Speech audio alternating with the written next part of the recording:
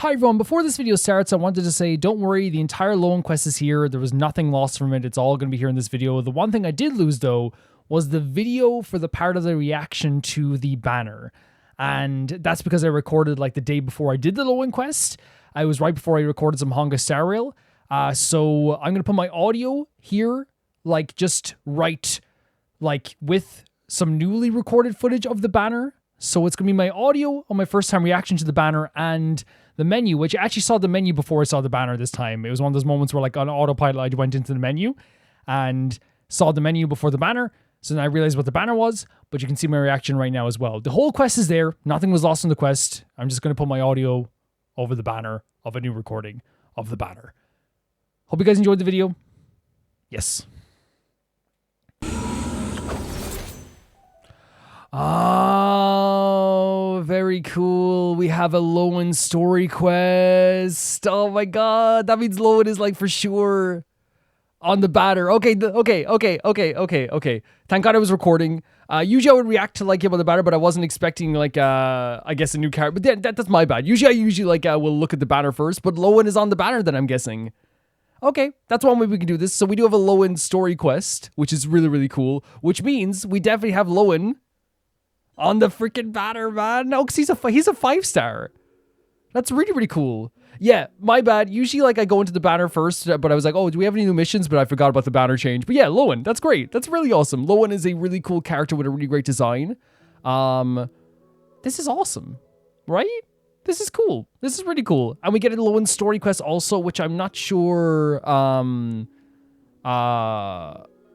like, what that's going to entail, of course, but that's the whole point of a story quest. But yeah, we could have the Loen story quest. That'll be so fun. So let's go up and do this. I'm actually really excited to see Loen as a character more. We saw him previously, and he's really, like, charming in a very, like, abstract and kind of, like, eccentric kind of way, I think. But again, this is one of those things where it's like, we always are excited about meeting new characters in Genshin. We got to see Prune in her quest with Phantasmal Pals, which was so fun. And I think on the baseline with Genshin, you're going to get, like, a great character introduction. It doesn't matter if, like, later on you're, like, not too fond of a character, or later on you're like, oh, I didn't have much of a connection with that character. You're going to have a great character introduction. And that's just, like, a staple. Like, I love having that kind of, like, faith and trust in Genshin that I know that on the base level, it's going to be a great introduction. Whatever happens after that, we'll see in the future quests. But I know it's going to be a good introductory quest, for sure. Is he over here? Oh, wow. This place is like set up for a festival. Kaya's there, though. Ah, it's so pretty. Monster in the daytime. Gorgeous stuff. Huh? It's not a holiday or anything, is it? Why is it so lively in here? That's what I was thinking. Is it Windbloom or something coming? Or something? Prepare a few more strings of colored flags. As for the celebratory wine, I'll do the quality check in person. Oh, it's always so good. It's always so great to see any characters, like from our past, and that's just like what Genshin always gives us. Like every new, like it feels like we're like always going back to older characters now in quests, which I think is great. It shows the world is like a lot more real, right? Like every character is not just like separated by regions, but they've always like kind of like done hints of that. But I feel like they've done a really good job in the past like 2 years of making everything feel so connected. This is our first award ceremony since the Expeditionary Force's triumphant return. An award? We're looking to put on a show, you hear? Leave it to us, Captain Kaya. This is cool. An award show. Yeah, an award ceremony? Oh?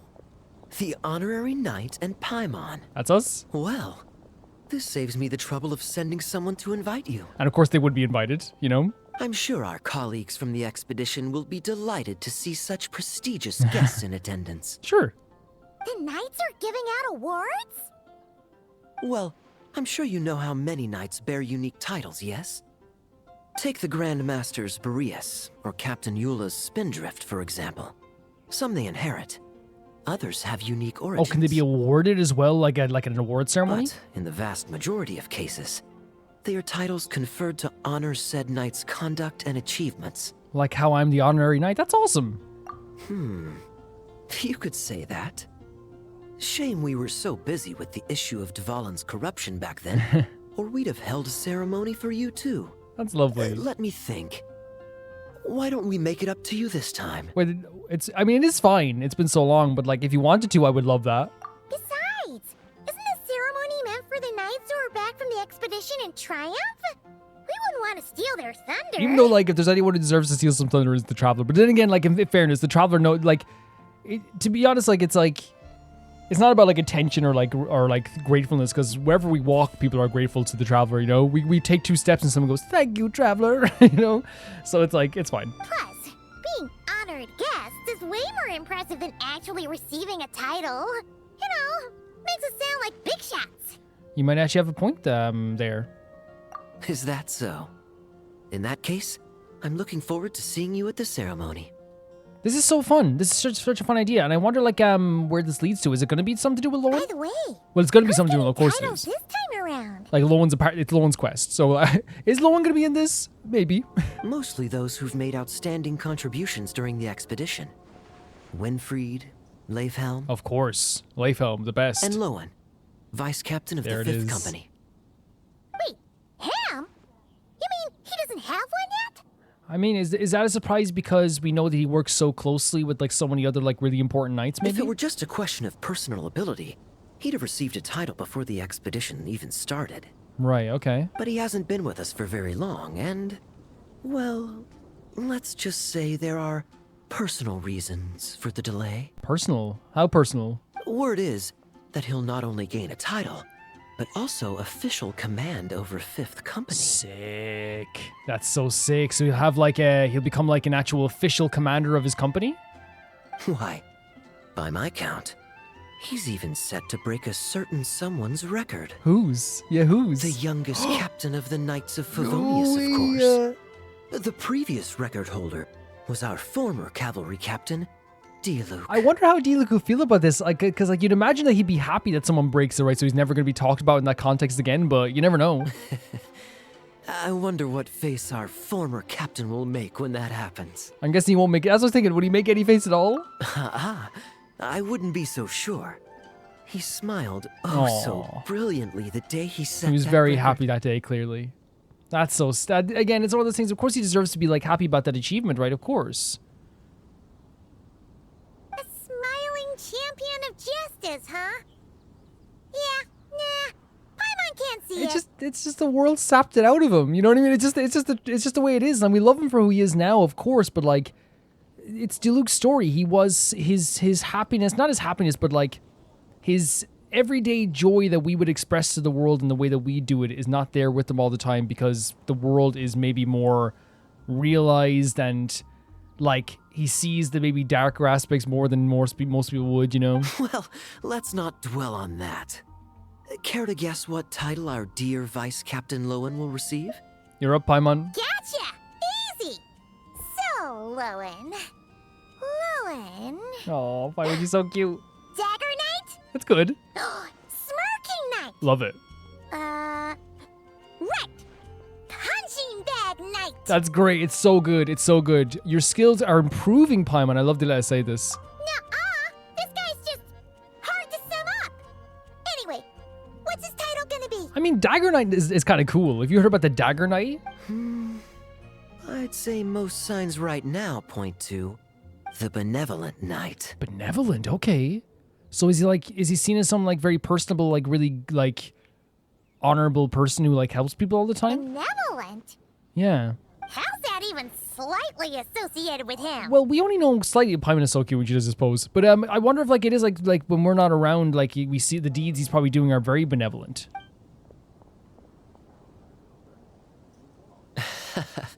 Long story. Alas, it seems someone has come looking for you. Wait, us? Honorary Knight! Honorary Knight! Thank goodness you're actually here. Is there something you need from me? The Grand Master would like you to come to the Knights of Favonius headquarters. Oh, okay. He says he has important matters I was gonna to ask discuss. who, like the Grandmaster or fake Grandmaster Varka? Which one, you know? Because I only follow one Grandmaster. And that's Jean. Varka? What important business would he have with us? Looking for an excuse to slack off, maybe. Honestly, like that's the thing. Jean is my Grandmaster. Varka is my acting Grandmaster. Paimon can't say she'd be surprised. But it's not like he's never serious. Oh, yeah, sure. So Yeah. maybe something really has come up. Let's go see him just in case. See you later. Remember to attend the ceremony. Sure. Yeah, this is great. Just a great premise to start off with. Like, you know, we're giving an award to Loen. He's going to be the benevolent knight. I love that they reference how, like, you know, because again, people might have asked, and again, Genshin does this in a very natural way all the time, where our character goes like, oh, like, you know, like the way we got a title, because the first thing someone's going to post, then why didn't the Traveler get an award ceremony? And it's like, they explained it. It's like at the time they were dealing with some really crazy stuff, you know? I love that. It's just, and it's natural that you would say this too, because the question will come up of being like, oh, like us. And it's like, yeah, we would have given you something, but you know, because that happens in real life. You know, when like you don't get to throw a party for someone. Oh, we would have done a goodbye party, but man, that we're busy as heck right now. You know. Yes. Quality control for our drinks. That'll require a personal touch. Yeah. We're gonna give that personal touch too as well. Yeah, I really like it. I really like it a lot. I love, like, because usually I will like ask like sometimes like, hey, like, is there a request coming up or something? Or as I said, like usually like there's like a thing of like either I will be like, oh, what's happening with this new update, or someone will already be like, oh, this next update is great. And I said last time how like we are not scared.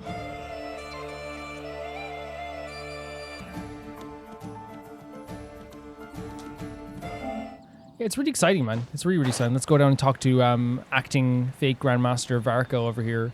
People are gonna think I hate Varka. I just know Gene's my Grandmaster, you know? That's just the way things go.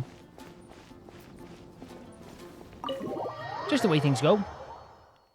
I'm just basing it on factual information. Any questions about the award ceremony arrangements? Perhaps. Are you even listening? You actually doing work, Varka? Okay. No objections. No objections. He said no objections. The animation here, man. Just even like the twiddle of the fingers. Loen. Huh? Oh, yeah. Can I go now? Yeah, thanks a lot, Grandmaster. This is what I'm talking about. He has this like eccentric quality about him that's really, really interesting. But I do like his design a lot. Hey, get back here. The long boots are really, really cool. He's very cute. What is it with you young people these days?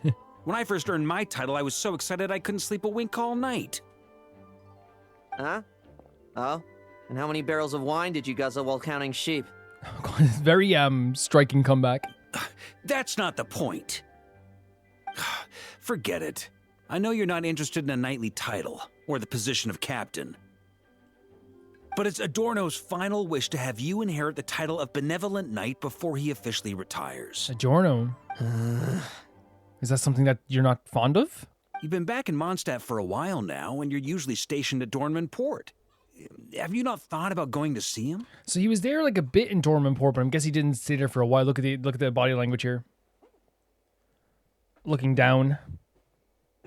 Not able to make the eye contact that he maybe Varka wants. Hey, there have been too many reports to These file since I animations. returned from the expedition. I haven't been able to find the time. Like just these natural different like ways that they talk now, and like the conversation fills the room with like, you know, the physical like movements of the characters. Like seeing him just like poke his head through the hourglass. This is something you do when you're talking to someone. You know, when you're like in someone's office and you like play with the abacus or something, you know what I mean? It's like, it's just a very natural thing. Oh. Odd that the handwriting on the reports you've submitted looks rather like Gunther's, wouldn't you say? Ugh, can't even handle a little paperwork. He still needs more training. Anyway, go have Did a he give his good talk paperwork with off to somebody Adorno. else? We'd like a smooth transition for both the title and the position of captain. So he's the captain of the 5th company as Adorno. Consider this a direct order from yours truly, the Oh Grand my Master. God. So don't go using work as an excuse, you hear? Guys, he's a fiddler. He's like fiddling with everything around the room. That's actually quite adorable. Which probably just shows his personality as someone who is quite eccentric, who like is kind of very forward, has no problem like maybe like you know, touching stuff that isn't his in a very comedic way. But it's obviously clear here he tries to get out of like maybe certain things by like, you know, claiming that his work. He tried to give someone else his work as well. They said even here it's like it looked like Gunther's handwriting. There haven't been many two reports to file since I returned from the expedition, so I haven't found. So he's even been giving the reports maybe to Gunther instead, like so he didn't have to see Adorno. Great angles here, man. Just really great stuff. Don't look so worried. I have a rough idea of the agreement you two made before the expedition. If you need someone to cover for you... See, Varka noticed something was up here. I mean, considering Adorno's special circumstances, I can make an exception and go with you. What's the special... What does he have now? Forget it. You two have worked together for so long, he'd see right through you with a glance. The voice actor does a perfect job of, again, that eccentric, casual nature in a way, right? True. And besides, I've got other matters to attend to. Is there anyone else you can take? Is that cue us walking through the door? Someone convincing, but not too close to Adorno. Do we have such a knight here in Mondstadt? Oh my god, these angles, man. They're doing such a... Again, I always thought like the conversations in Genshin were always like really well written. But what they've done lately in the past like 2 years is they've really upped their game in terms of like framing and composition. Like this is just such a... Like it's something you wouldn't see all the time, but it's so natural. That knight you speak of has just Is he arrived. seeing us through the window? So is that why you borrowed Varka's name to summon us here? I was troubled. No. Troubled, I tell you. But then, I just happened to see you two walking by from the window. This must be the Animo Archon's guidance, don't you think? So he pretended he was Varka? Which again, he seems to be like forging stuff as well. Okay, I'm gonna love my time with Loen. Oh, Paimon's not sure what's going on yet, but you just want us to help you scam someone, I'll help don't him. ya? He's quite adorable. Oh, no, not at all. No. Honesty is a knight's badge of virtue. I'd just like you to play the part of my friends. Even the angle here, the vampiric, like, take my hand. Like, he really plays it up. And corroborate some of the expedition's events while you're at it. Relax. If I say a single lie, feel free to punch me. All right? Never would. I think you are adorable, eccentric, really like, confident in a very funny way. I don't know. I think he's adorable, right? I think already he's really funny to be around. Hey, there's a ton of problems with that. We didn't even meet up with Varka until the very end of the expedition. And we didn't run into you in Nokrai either. We didn't see you at all. Look at the platform high heels in the shoes as well. All right. Speaking of friends, I've heard tell of a certain friendly custom. Which is? The friendship fee. Here, There's a quick way to get to Paimon's heart. What kind of custom is that? That's a lot of friendship. I receive an allowance for special missions. Guess it all piled up before I knew it. I don't really have any use for so much money, so why not give it to a friend? He came prepared. You know, we could always do with another friend. Don't you think? I mean, like, I'd help him out anyway, but like, you know, a bit of extra cash, great stuff. You know, what about those problems you mentioned? Problems are meant to be solved. For the sake of friends. That's so cute. And she like grabs onto his arm as well. Setting aside, we're doing this for a friend or a friendship fee. I'm starting to wonder who this Adorno is. Exactly, that's a good question, but this is one of the cutest images ever as well. I already like him. Adorno the Benevolent Knight, Captain of the 5th Company, and my direct superior. So he's getting Benevolent Knight because it's Adorno's name. Benevolent Knight? Wasn't that... Yes, the title, yeah. The knightly title I'm about to inherit? It seems that's the rumor. But in truth, he and I made a pact. Oh. In return for recommending me for the expedition, he hoped I, in turn, would reflect on what it truly means to be a virtuous knight while I was away. Because it's very clear he's not the most, like, attentive knight. Once it was all over, I'd then inherit the title Benevolent Knight from him, as well as the position of captain. Okay. Wait, does that mean you aren't confident you can get his approval and that's why you want us to go along with your little show? Don't get me wrong, I have no interest in titles or positions. I'd just rather not listen to his nagging. Did he not join the expedition himself? So we're getting, obviously, again, like, this is great characterization. We're getting this idea that not only is, like, he eccentric, he's super confident and, like, kind of, like, wild in a way, too. He's avoidant when it comes to, like, maybe some responsibilities. There's a perception from other people like Adorno that he's not exactly, like, the most virtuous knight in the world. He's also here kind of, like, you know, bribing Paimon. Like, we have a very, like, as I said, like, a very, like, wild, eccentric, kind of, like, crafty, somewhat like I don't know, like shady, but like in a fun way kind of character. I know, I think they're doing a great job with the characterization. Did he not join the expedition himself? Oh, he'd have loved to. He's a real veteran of Varka's campaigns. Wouldn't have missed that show for the world. If age and strength were still on his side. But I imagine it is now his final wish to find the benevolent title a home. Makes sense. He wants it to someone else to inherit it. Is that so? Then we'll... Yeah, we'll do it. I knew that would do the trick. Off we go then, to Dornman Port. The voice actor just does such a good job. Hey! How much of what you just said was true, huh? You sure you're not out to scam this Adorno guy? I love just questioning that after the money. So what we're getting here is from Loen, just to read over it again. He's a benevolent knight. It was Adorno. They made a pact that he would go off and like inherit the name, but he would go off and find out like if he's it's become a virtuous knight in exchange for going to Nodkarai. He's not confident that he can get his approval. He just doesn't want to listen to his nagging. And we need someone like the Traveler here, as Varka said, who is like someone who's reputable, but not someone who's close to Adorno to accompany here on this journey as well. Okay, that's fair enough. The situation in Sumeru is as described above. It is time to eliminate the remaining poison Dottore has left in Mondstadt. Ooh. Eric, Ursa. It's been a while since I last heard those Eric and names. Ursa. I can feel a headache coming on. Are they like Fatui members? Interesting. Which again, oh look at the rabbit, that's really cute. It does make sense. Like, we got the money? That's so funny, the friendship fee. It does make sense in a way that they would be trying to like, because it's like one of those things where, if I'm not mistaken, actually I shouldn't spoil it. Again, I know it's an old movie, but like I don't, I wouldn't want someone to spoil an old game for me, so there is a story where like they defeat the bad guy, and then the monsters,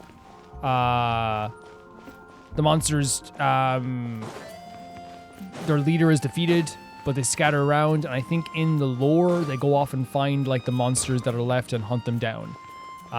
Because, again, I think that's just, common sense, which is, like, Dottore is gone. Oh, I never got this part here. We never explored this section here, actually.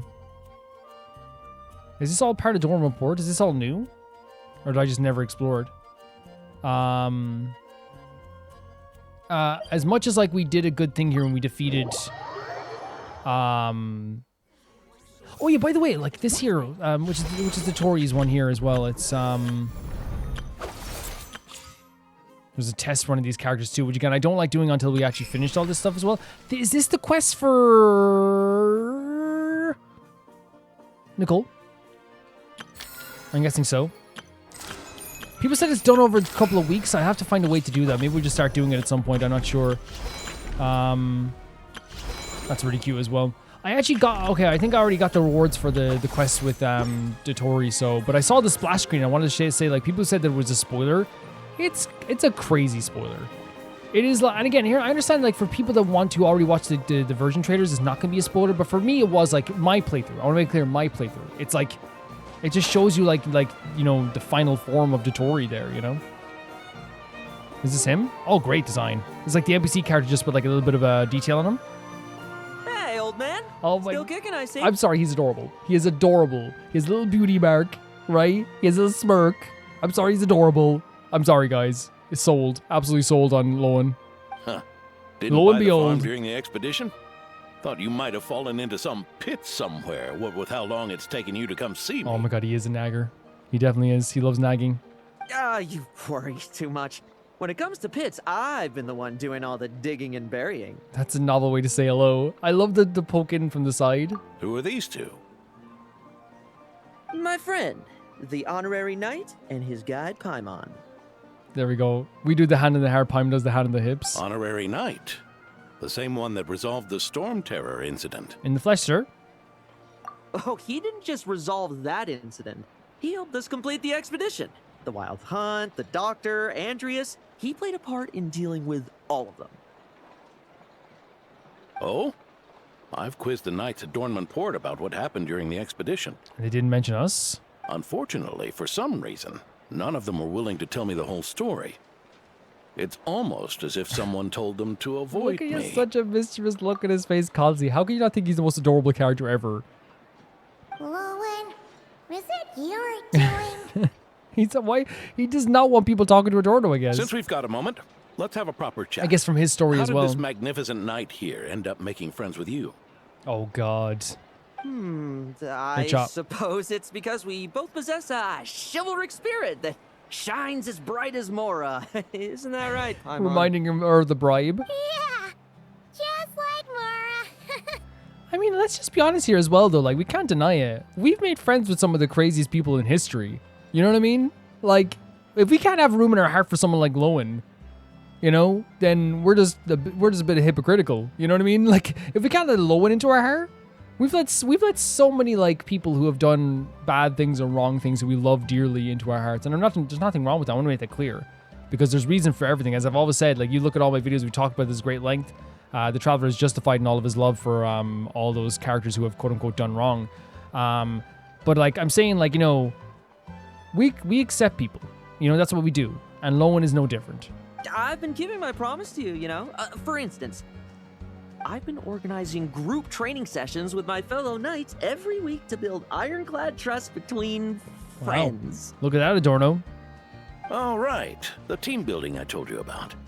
Great way to foster trust and chemistry. Yeah, great stuff. As for this week's training plan... Drugging the wine one. Oh, my stomach! Secretly swapping. Is he just a prankster? Putting. That's not a prank. That's not a prank. Secretly swapping a teammate's ammo. What sorcery is this, huh? What do you mean there are no bullets in your gun? This is not digging traps and training grounds. Surely the vice captain can't take us all out if we swarm him at once. Come on! What? Let's get him! What are these pranks? These are insane. Real combat's 10 times harder than training. Oh. And the enemy's 100 times more cunning than I am. So he's trying to teach them that, like, again, he's not wrong. He's not wrong in that, like, you're not just going to go have a straight up battle with, like, the Fatui or, like, Abyss Order or the Abyss itself. You know what I mean? They will poison you. They will bleed you. They will do all this stuff. So maybe, like, this type of training is effective. Remember this well. Once you're on the battlefield, the only one you can truly trust is yourself. And if you're with the Traveler. And so, to ensure the absolute safety of my friends, I went out every night, eliminating potential threats around our stronghold. He's an angel. He's an angel. Look at angel. Vigilance and reconnaissance are indeed things a company captain needs to pay attention to.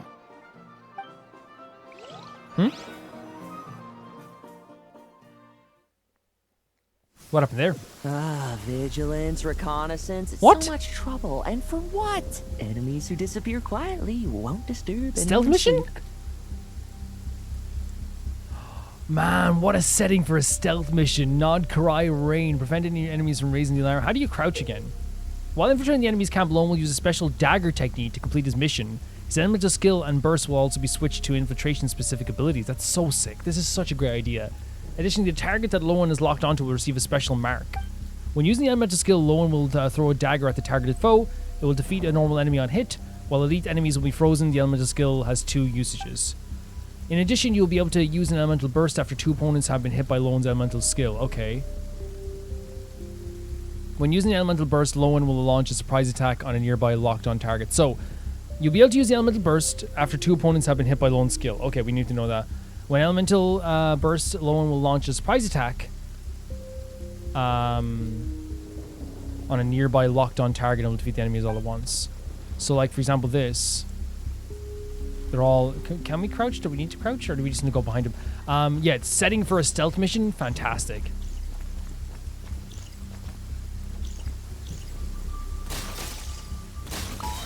And then we can use this ability. Oh my god, we're just eliminating them. This is so sick.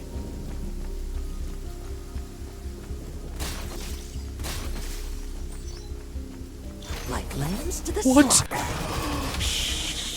Mighty nice. That is so cool. That is so cool. Why did I whisper as well? That's so cool. Oh my god, guys. Is that gonna be his ultimate? If that's his ultimate, I wouldn't mind doing a Loen wish. Can we break this down? No. That's so sick. No, it's so fun. Can I break this down? No, we can't. We just need to avoid them. Man, that is, again, that's why he's called the Dagger Knight, I guess. He's maybe good at, like, reconnaissance like this. Look, it's so fun. I want to do this forever.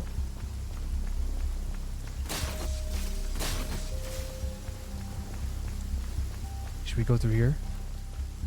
This is so much fun. Are you kidding me? Haven't you smoked that little weasel out yet? Find him! Oh my god, it's like a traditional PS2 game.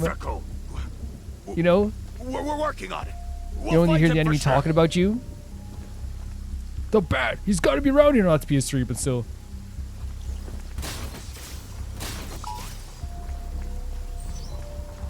No fairy tale ending. No, I did it on the stairs. No, I want to see it again. It was so cool. We'll see it again. We'll see it again. It's such a cool move. The setting for this is perfect. It's kind of crazy because like Genshin with time, like Genshin could have continued just being like, you know, because it was already incredible. Like we're talking about like Sumeru, like, you know, Inazuma, like all these stuff like it was such an incredible time. Like Sumeru was like perfect. They could have like coasted and still not coasted. It was still difficult what they were doing in terms of animations because there still was really fantastic animations if you look back in that stuff as well. But they could have like been like, okay, we do amazing animations. Let's just leave it there. You know, we do great animations. We do great stuff. But they were like, let's improve every year, and that's such a cool thing. You know, and like even and what I'm talking about animations now is because even with this stuff as well, it's like they didn't have to do these like cool stealth missions. This could have been like a cutscene, but it's like no, we get to like actually do this like really fun flashback mission. Like people say Genshin doesn't like improve. I feel like just don't really pay attention to Genshin. And that's fine. Because it's one of those things I always like to say the improvements in Genshin are like an air fryer. Where it's like before I had an air fryer, I didn't think I needed one. Then I was gifted an air fryer. And I was like, oh, this has changed my life. And with Genshin, it's like, I didn't know I needed, like, you know, the new animations. But they're amazing. I didn't know I needed a, like a flashback stealth sequence like this. But I'll take it. Oh, there's 3 of them there. Heard? Oh no, I was gonna hit him. Oh, I'll do it again. Oh no, I have to do it again. Oh no, this is so sad. I hate it. Oh, I have to do it all again. Like lambs I'm to sorry, the but this is slaughter. crazy. It's so crazy him picking them up like this. Night.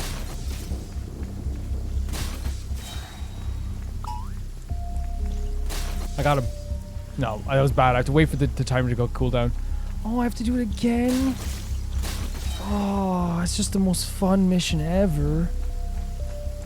Oh, I have to do the most fun mission of all time again. Nighty night. It's so cool. Please say that's his actual ultimate. Night. Him saying nighty night is deadly. It's so cool. Oh, must have been the wind.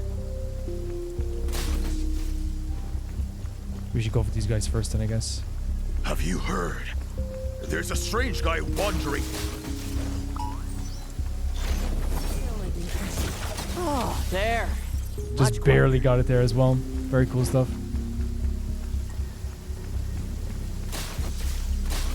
Okay, awesome stuff.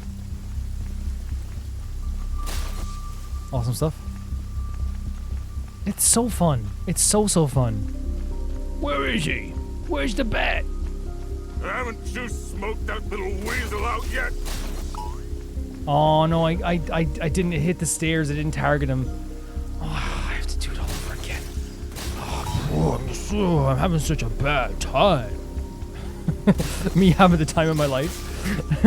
Struggle Yeah. all you want. Night. Nighty night.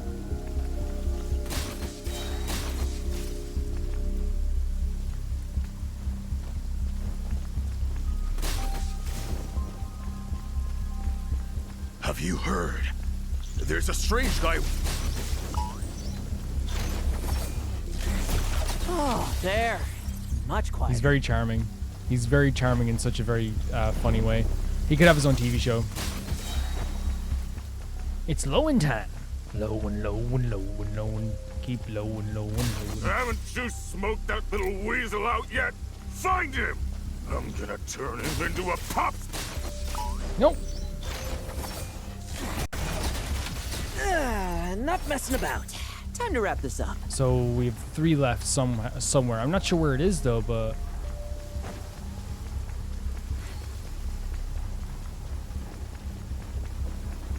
oh, over here. Oh, they would have appeared then. Okay.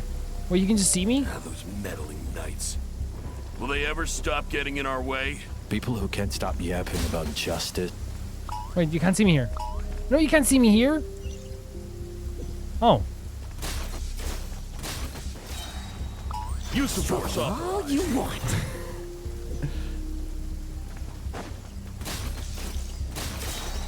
No fairy tale ending for you.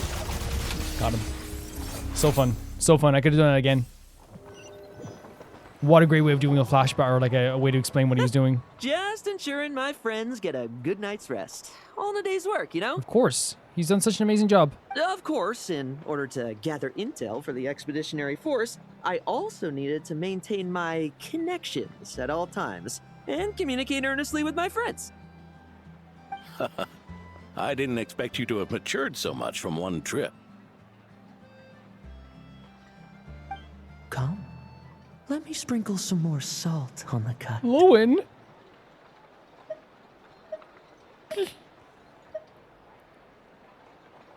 We'll add 1, right?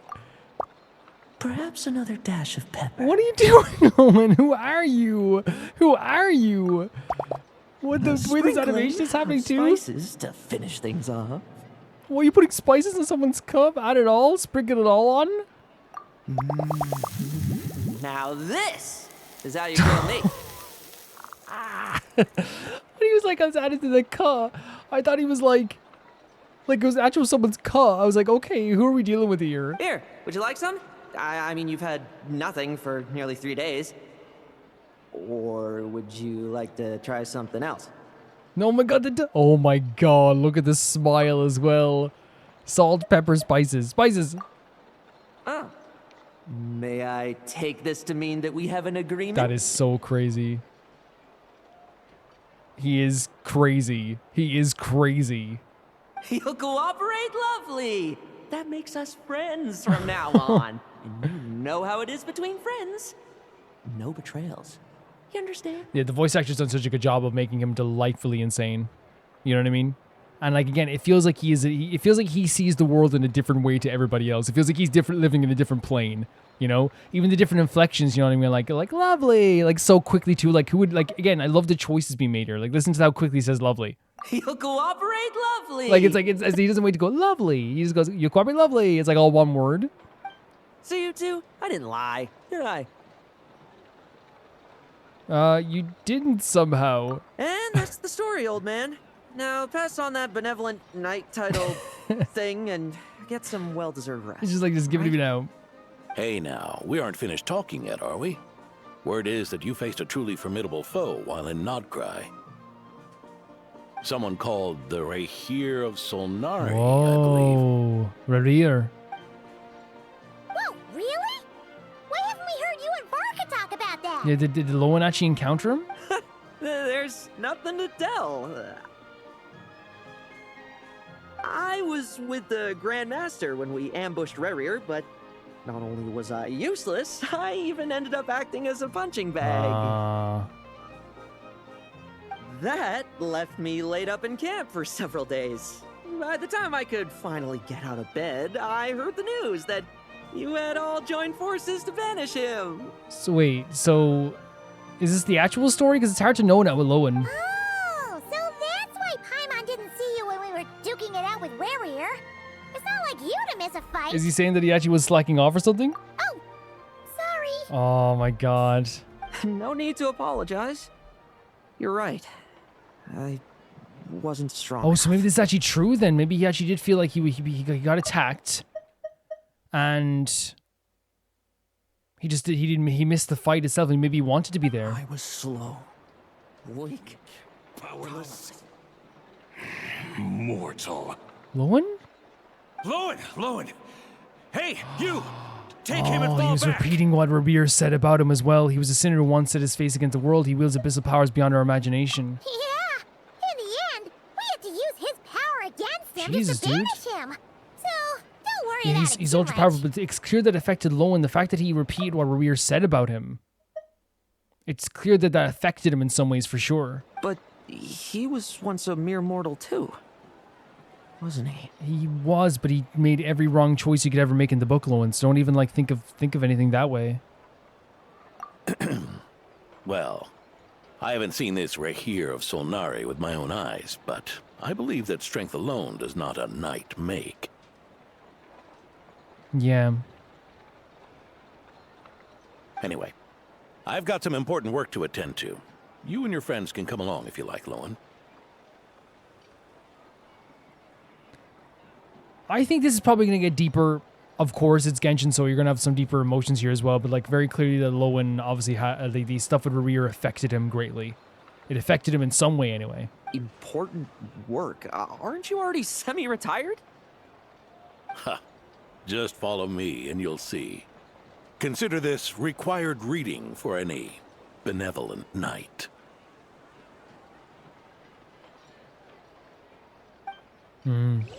Yeah, and like it's interesting because like, you know, for most people, if they got defeated by Rerir and understanding Rerir, like you would kind of be like, I lost to Rerir, that makes sense. He is one of the most terrifying people in the history of the world. You know, if it wasn't for Dottore, he would have been like, you know, a absolutely magnificent final boss to Nod Karai. He would have been. If Nod Karai ended after we've defeated Rerir, it would have been like that was really incredible. But it's kind of like insane that like, you know, and interesting that Loen is kind of like thinking about himself, like, oh, like maybe repeating the words. Because if it is true that he missed the battle and it wasn't just like, because usually he makes up stories clearly. But if it's true that he didn't miss the battle, right, that he did miss the battle and it's weighing on his mind because he got defeated by Rerir, then it's clear that he's taking that to heart more than anything. And here's the thing. It's not crazy. I said it's crazy, but it's not crazy. Because I do think that there is an element, like, no matter how tough the opponent is, it's going to affect you, right? There is, like, a lesson to be said, and, like, again, I always use references to other games. There's a game I'm playing where a character loses to a very powerful character, and it affects him so greatly. And this is more, like, in terms of, like, training and sword fighting and stuff like that as well. So it's not exactly, like, fighting a demonic creature on a grand level. But I think what you have to learn sometimes, too, is, like, you can't win every battle, and sometimes there's lessons and losses too. But the problem is for Loen, I wonder what lesson he can learn from just getting destroyed by Rerir. It probably just makes him feel very self-conscious, especially when everyone else was fighting Rerir at the time too. It's a very interesting dynamic, honestly. Yeah, it's gonna be obviously it's Genshin, so it's gonna be like really interesting regardless. So. Ah! The benevolent knight is here. The benevolent knight, benevolently. Grandpa Adorno. Oh, they really adore him. Look at this. What a great way to show like how appreciated you are. Like, you know, the kids are like, he's a hero, you know? We like it, we love him a lot. Even the cats, okay, he's definitely a good person. Hey now, no rushing and no snatching. Easy now. Line up properly. I'm so excited though. It's very sweet. It's a very sweet thing. Oh, it's all right. It's all right. They're just kids. A little excitement is a good thing. Here you go. Today's candy. Today's candy? He's got a supply of candy. Thanks, Grandpa. Ooh, this is great. Is this the important work you spoke of? Oh, we're just getting started. Recruit. Try to keep up. I mean, here's the thing. I understand that it's like we're saying that like it might not be important work to you, but like it's very clear that this already like is something that you know, he's already brightened someone's day. You know, that's benefited somebody, you know what I mean? Understood, Captain. Oh, this sigh even. I'm sorry, but Loen is again, as I said, delightfully eccentrically crazy. I adore him. He's so funny. What? Oh my god, they have the freaking hangout event. Hearts going down. Oh no, if he's tired, let him take a rest. He doesn't have to do this. Oh, he's saving a cat. Okay, we do this. you can see his mood going down. Someone save Loen. I'm guessing he is a bit of an introvert, right? Because a lot of people mistake introverts for being like, you know, when someone's very social, they don't think they're an introvert. But for me personally, I am an introvert. People don't think I am because I yap a lot. But my whole thing is like, once I get to like 5 p.m., like I'm done. I'm done. Famously, I remember like I started like a few years back. I remember I was like, I might go out like, you know, with some old friends and stuff like that too. And I remember I told my like best friend, I was like, yeah, I'm meeting some old friends and we're gonna go out for like a drink or whatever. I don't drink anymore, but this was years and years ago. And my friend was just like, you? And I was like, yeah, why are you saying you first? She's like, Calvin, it's impossible to get you out of your home once the sun's set. And I'm like, yeah, it is.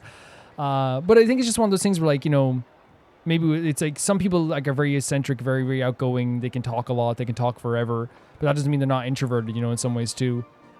I should be the one asking you. How are you so skilled at this? You get used to it, such as life and adventure. Yeah, he was doing a lot of like very menial tasks, right? I can barely imagine our honorary knight doing things like this all day long. I mean, yeah. We don't spend every waking hour fighting bad guys who want to destroy the world, you know? True. Also, the world would be a way scarier place if that happened every day. You seem a bit disappointed, but this is our actually daily routine. That's interesting to say, like, right? Yeah, because like we don't see and it's factually true.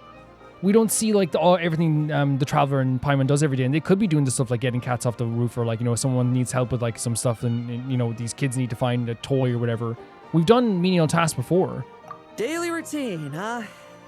I've been back in Mondstadt for a while now, but that thing hasn't been easy. Not long ago, camping in the wild and facing constant danger was our daily routine. But you were still on the expedition then, right? Now you can finally relax. At least take some time off, maybe. Oh, you think so? Personally, I find it hard to feel at ease with any sort of daily routine. Okay. It was the Animo Archon who scattered the snowstorms that once swept Mondstadt. The Knights of Favonius who won the peace we now enjoy through conquest. A single, unexpected incident could bring it all crashing down. So he's a worrier as well, it seems. Or at least like he thinks far ahead with this type of stuff as well. So, rather than waiting for someone to turn my daily routine on its head, I find it more reassuring to follow an extraordinary routine. So he's like, if I am already doing stuff that's insane every day, or stuff that's crazy every day, or doing stuff that's out of the ordinary, then when something out of the ordinary happens, I'm prepared. We knights are needed precisely because the world is so fragile. That's a good way to put it.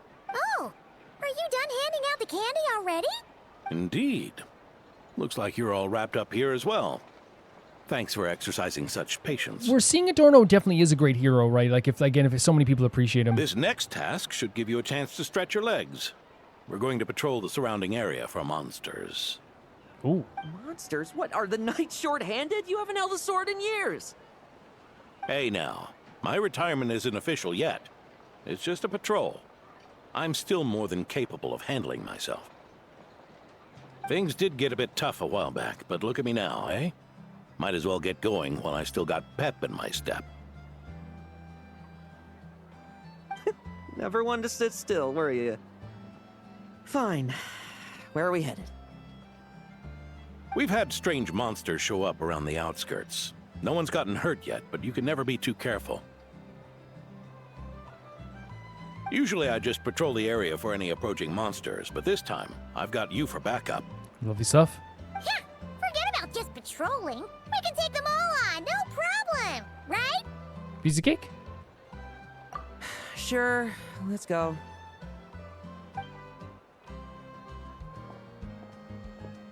Huh? That's weird. Paimon thought he'd be more excited. We're expecting to let me try Blade with you or something? Or perhaps under a test subject? Well, why not? Oh, Paimon doesn't get him at all. Yeah, he's like I said, he's eccentric. He's different, right? The idea of him like saying I want to do extraordinary things or have an extraordinary routine, like to me, like just fits his character so much so. And I love the idea of like, you know, because the world can be turned outside his head at any moment, he's like, yeah, like that's why I do things that's crazy every day, because if my world does get turned upside down, I'm ready. But then obviously Adorno was kind of saying like, well, like it's because the world, oh, we haven't even gone here yet. Great. Is this new maybe? Maybe. Because the world can get turned on its head. Oh, it's so beautiful. Look at this, man. Xenoblade Chronicles. Because the world can get turned on its head, that's why you are a hero. It's because at any moment things can go out of place. And we know this from being Is that an elk? That's so pretty. We know that from being an adventurer. We know that from being in Genshin. It's not just like the big moments of like, oh my god, we have to save the world from like a demon. It's also like a kid who wants us to help out with his pigeons. You know what I mean? It's a person who wants to help us to deliver medicine to a person who's sick. These moments matter too, and I always feel like as well, individual worlds turning on their heads is also just as important as, not just as important as the world ending. You know what I mean? To that individual person, that's their world ending in that moment. You know, in an exaggerated form, I guess. That's what I see anyway. Weird? No signs of anything unusual here. Are there really monsters nearby? If you're looking for the ones that have been behaving Diluc? strangely, I fear you're here too late. Oh my god, they foreshadowed him being here as well because of the record that's about to be broken. It seems someone beat the Knights of Favonius to the punch and took care of them already. Diluc? What are you doing here? Long time no see, Mr. Adorno. You too, traveler. Paimon. Diluc, it's always good to see you. Were the monsters here I did wiped not mean out to by a skip that. certain Dark Knight hero by any chance? No. No. But I need to see how he says Loen, by the way, because I Long literally time no didn't see, mean to skip Mr. it. Trigger Adorno. happy. You too, traveler. Paimon. Loen. He's so bitter. I'm not personally familiar with this Dark Knight hero you speak of. But based on the rumors I've heard, the traces left on this battlefield don't match his style. Now this looks more like someone obtained advance intel on the monsters and came to clean up. Not even a single scrap remains. So somebody else has done this? Oh? So it would appear you're here to investigate, Master Diluc. Oh my god, the tone. That's odd. Why would the boss of the Dawn Winery be interested in monsters? The tone of voice here as well. Dawn Winery's caravans pass through Dornman port. The rumors left me ill at ease, so I decided to see for myself.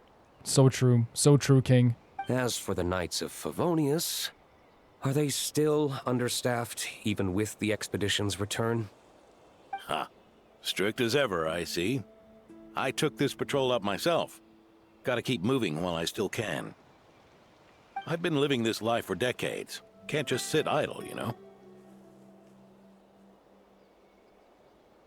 Thank you for your hard work, venerable benevolent knight. Wait, what?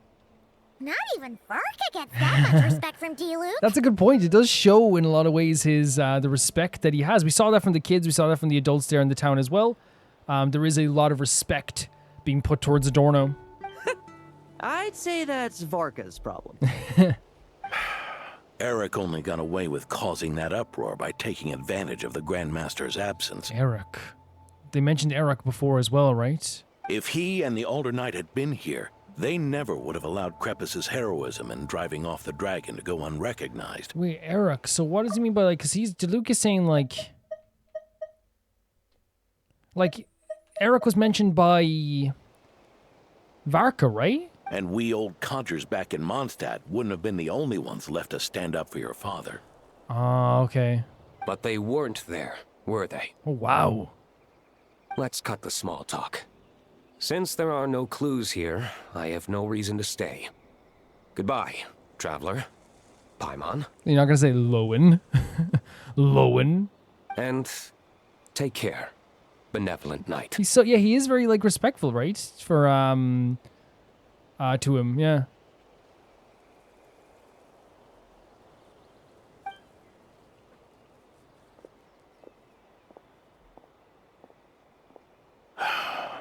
Ursa. Eric. Even when gone, some foes leave wounds that won't easily heal. Ursa, Eric, yeah, can we talk about that?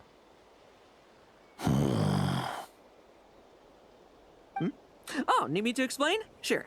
Ursa was a wicked dragon who could really take a beating, and Eric was an inspector who could have really used one. That's a really great way of putting it.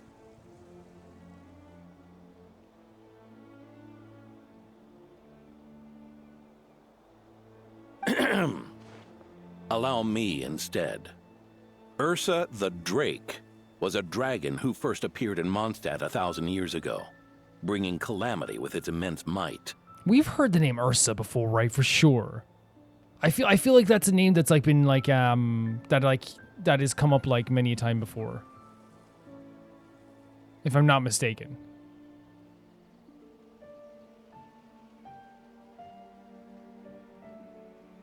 After the Knights of Favonius were founded, our first Grand Master, Vanessa, sealed it away with the Animo Archon's help. After that, the dragon sank into slumber. We know Vanessa from the comic books, right? However, just a decade ago, it appeared in Mondstadt once again. With a Grand Master away, its timing could not have been worse. Is that not just... Not only that, it would lie low when the Knights of Favonius mobilized to attack, only to suddenly re-emerge when they were resting. So... I'll just go along with the story. Let's... Such perfect timing! In the end, it was also perfect timing that the Fatui Harbinger who exterminated it just so happened to be passing through. The Fatui Harbinger, you don't mean... That's right. Your old friend, Whoa. the Doctor.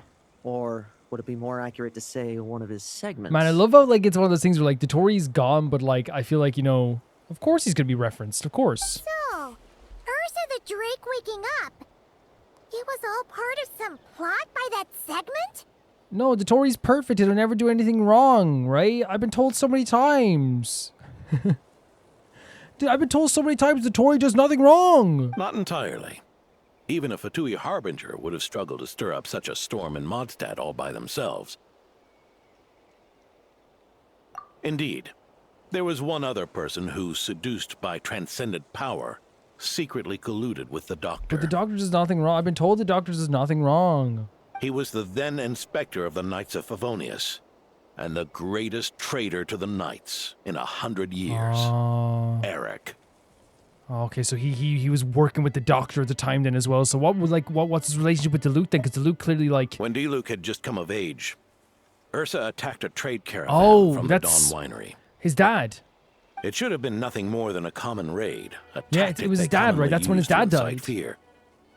But the swaggering dragon was driven back by a mere merchant, Diluc's father, Crepus. Yes. Who paid the ultimate price. price. We know this story. This was also in the comic books, I believe, if I'm not mistaken. Yeah. I just needed some refreshers on that as well. That's what we remember this from the comic books then, right? Yeah, needed to refresh on that, but okay.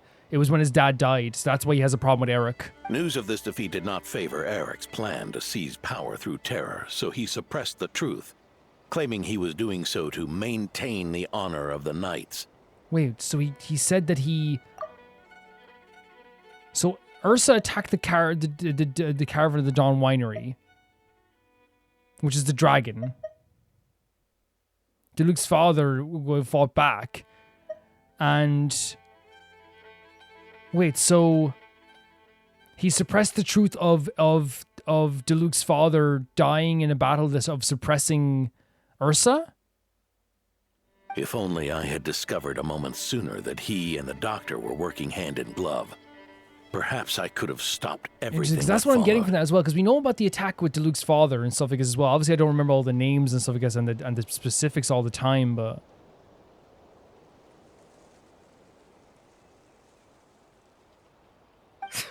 That's not your burden to shoulder alone. Eric hid his true colors well.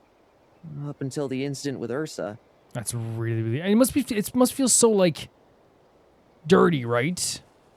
It really must feel so dirty. Even his victims had no idea who was responsible for their suffering.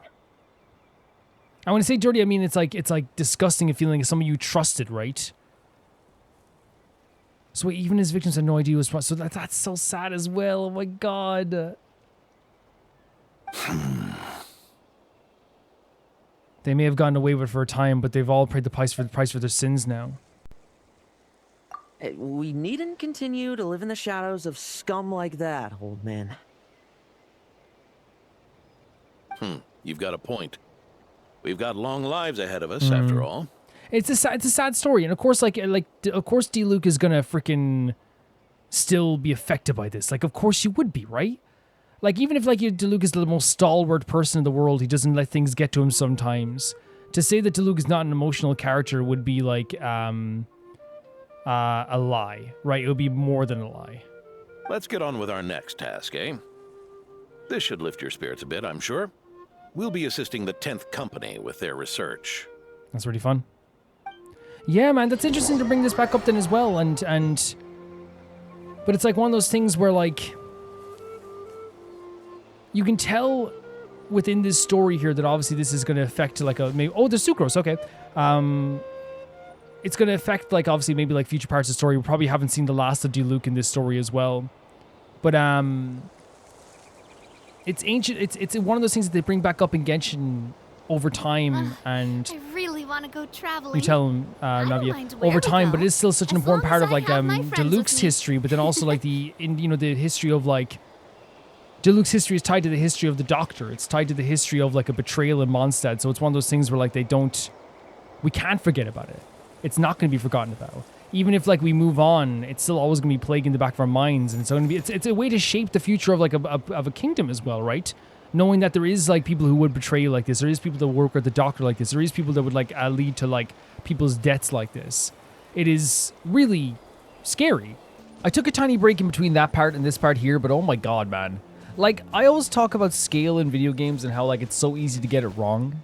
But Genshin gets it so right. Like, and it's something that like a lot of people say like, oh, it's not that big of a deal, you know. But like, looking over here, like you can feel the vastness, the gigantic nature of these mountains, right? And then you can go climb them. It's so fun. But the fact that if I look around here and look up at a mountain in Genshin and I go, oh my god, that is so high up, and I can feel it. You can feel the size of it, like right in front of you. It's so cool. It's such a cool thing. We're going to continue to go assist with the experiment to kind of like, and there's Sucrose over there as well. We have a situation here where we're probably going to be maybe involving Diluc and his dad, Crepus. Look at the boats coming in. That's so cool, isn't it? We saw that with Dornman report before as well. Maybe to do with Iraq, and to do with the Ursa the Drake.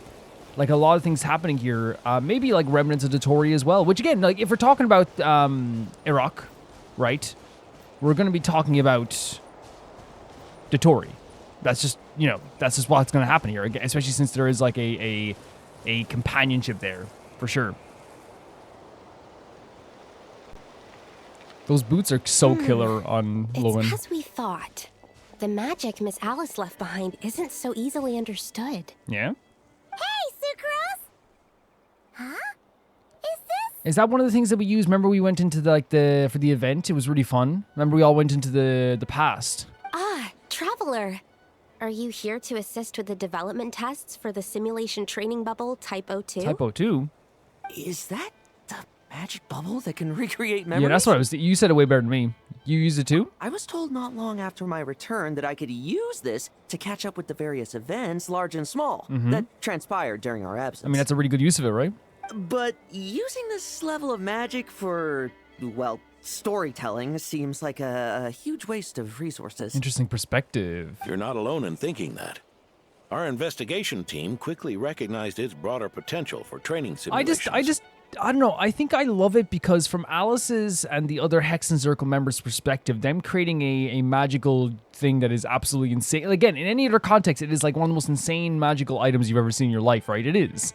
But that's why I kind of like the Hex and Circle. They'll be like, let's use this absolutely insane magic. It's like, what are you using for? It's like, well, it's either going to save the world or we're going to use it to create a tea party. And it's like, it feels like there's no in between, and I love that about the Hex and Circle. Like they will use their immense magic to do stuff that every day some people might see them as like kind of like menial, like telling stories. You know, I love that about them. If we could recreate formidable enemies from Senior Knight's memories and incorporate them into realistic, safe training simulations, that could help raise the whole organization's combat prowess. I mean, I don't disagree.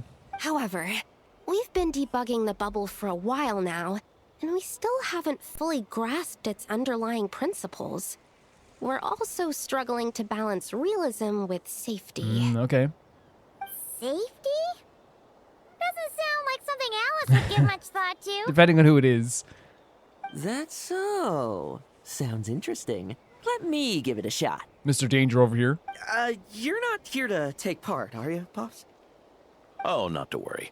I know exactly how much strength these old bones have left in them. I'm just here to provide the memories inside my head. Oh, it's gonna be who you fought? Oh? Then who was the tester in your original plan? Miss Sucrose, the test arrangements are... Loen. Who's this? Theodore? Theodore?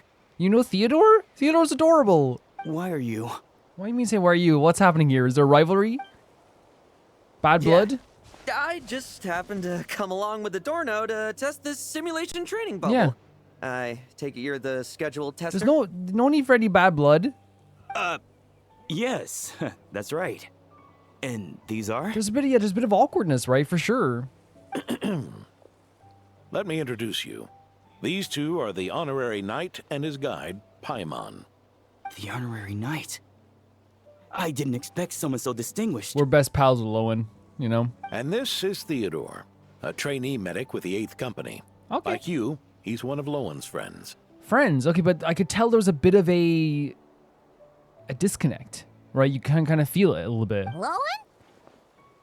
Friend? Paimon, no. Like, Loen is, like, very abrasive and eccentric and wild, but, like, you could tell he'd have friends, right? And I feel like he's the type of friend in the friend group that, like, everyone that the new people always go, which is why Paimon's reaction is kind of very normal, is, like, he's the type of person when a new person comes in and goes, hey, what's Loen's problem? And then everyone else is like, what do you mean?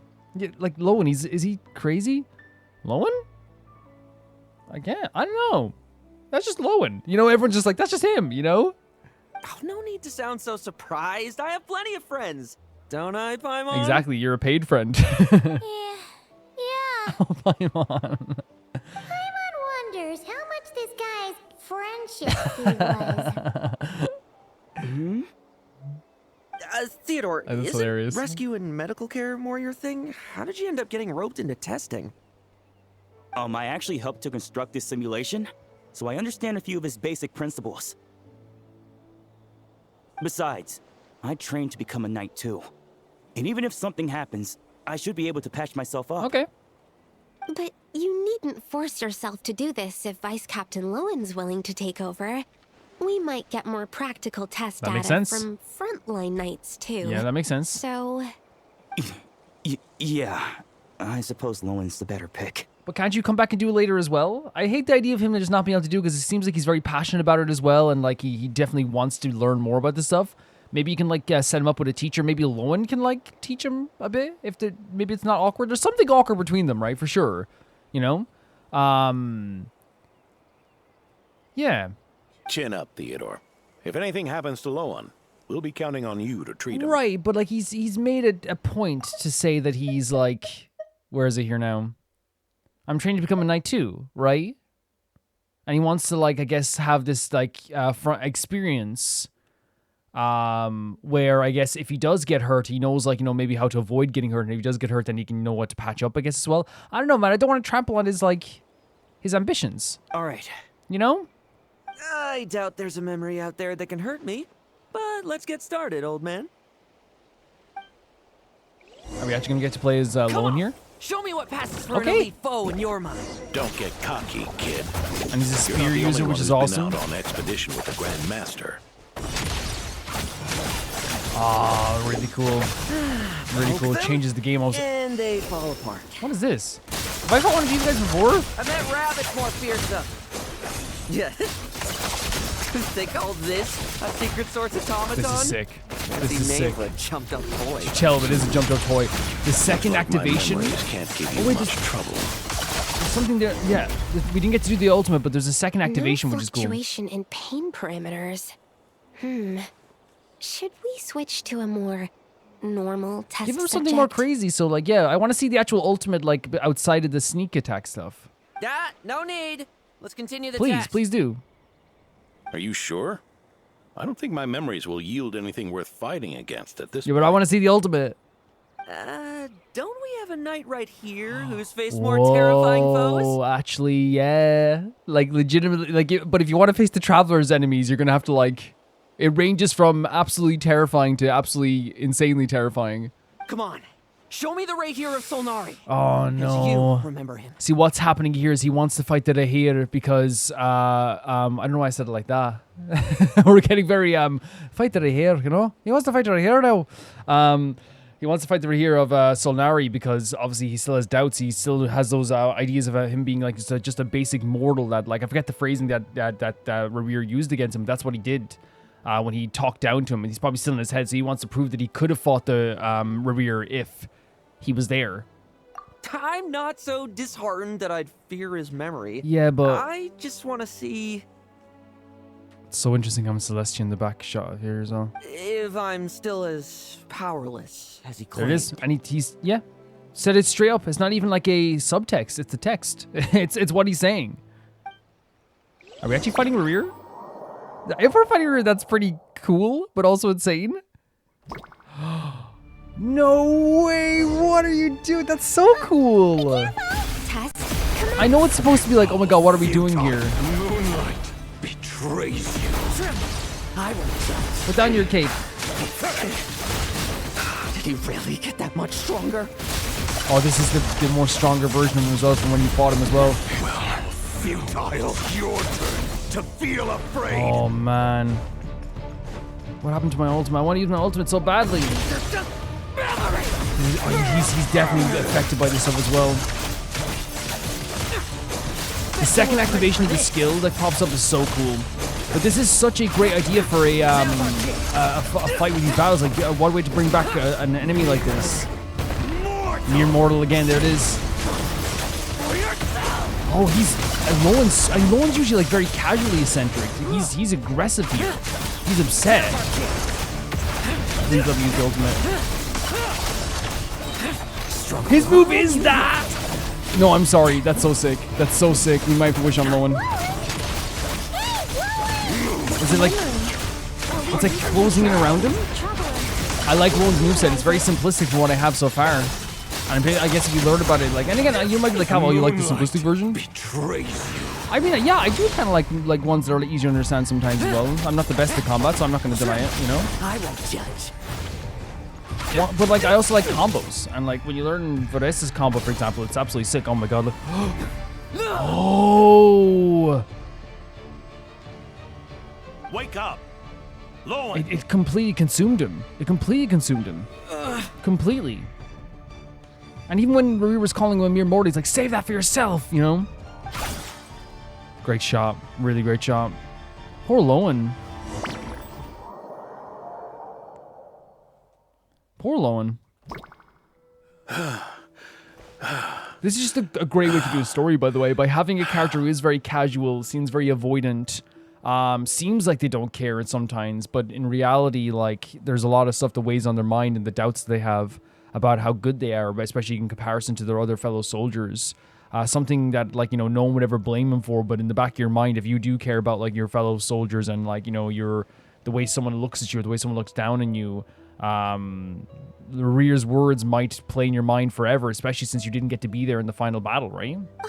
Mr. Adorno, are you... I'm fine. Just threw my back out. Gotta take a break, that's all. But Loen... Oh, Loen. Wound up hurting yourself from trying to hold back that final blow, didn't you? So his move, like, because he held it back, it hurt himself? Theodore, go get him checked over. Last thing we want is to miss a serious injury. Thank you, Theodore. All right. Loen, come with me. Loen? Oh, he's going, okay. I thought he was going to deny the help. He went right into the grass there.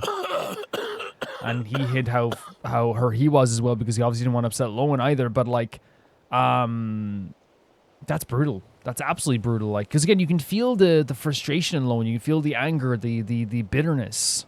Mr. Adorno, are you all right? It's no big deal. Just got old.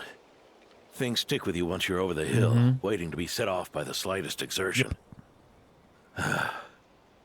Guess I'll have to ask Theodore for another prescription. I mean, man, like, you know, it's a dark thing to say, but, like, obviously, like, I want to make it clear, like, most people do survive it, but, like, there's so many times when, like, an old person, like, in their, like, 80s or whatever, when they fall on their hip or something, like, the first thing a lot of families think is like, is this the end for my grandparent? But I know it's so horrible to think of again, because, you know, it's like, I know what it's like as well. Of course, we all do. Because again, as Adorno says, this stuff sticks with you the older you get. It really does. You're not as resilient. It's just how it goes. Is there something up with Loen? Could there be a problem with the magic? But if there were issues with the reproduced memories, the honorary knight should have noticed. I don't think the magic is the problem. I think it's emotions. Are you saying the problem lies with Loen himself? 100%. Did the battle with the Rahir of Solnari set him off again? Again. So set him off again. So this happened before? I know he fought the Rahir before, but... Loen's pursuit of power began long ago. Yeah? The traitor, Eric, collaborated with the Doctor on forbidden experiments in his quest for greater power. Okay, wait, so not in Loen's quest. Loen nearly became one of their test Oh, subjects. now I get... Oh my god. Once again. And this is the thing, right? It's like, you know, it's pretty sucky, you know, because as much as like I want to be like, okay, Vaughn and Kalai are moving on, and they are moving on, right? They are. That's the biggest, you know, FU to Dotori ever. We also have this here is that like Dotori is his evilness. It doesn't just stretch, like we're finding out new people that like, you know, and I know what people say it's nearly. It doesn't matter if it's nearly. That still would weigh on your mind forever. Experiments by the Doctor? Yeah, and here's the thing, it's just factual, like Dotori's evilness. Like it's not even an opinion, it's just factual. Could be just like, yeah, that's what I'm thinking, 100%. Dotori's evilness will be felt in this world, I think, for a while, even though we can take the power away from him more and more. As much as like I said, like, you know, but I stand by what I said when I said eventually, like, you know, he will be nothing and people hopefully can move on from this. Fortunately, the Knights tracked Eric's cronies down, uncovering their plots before they could act. They cut their experiments short and tried to transport their victims away.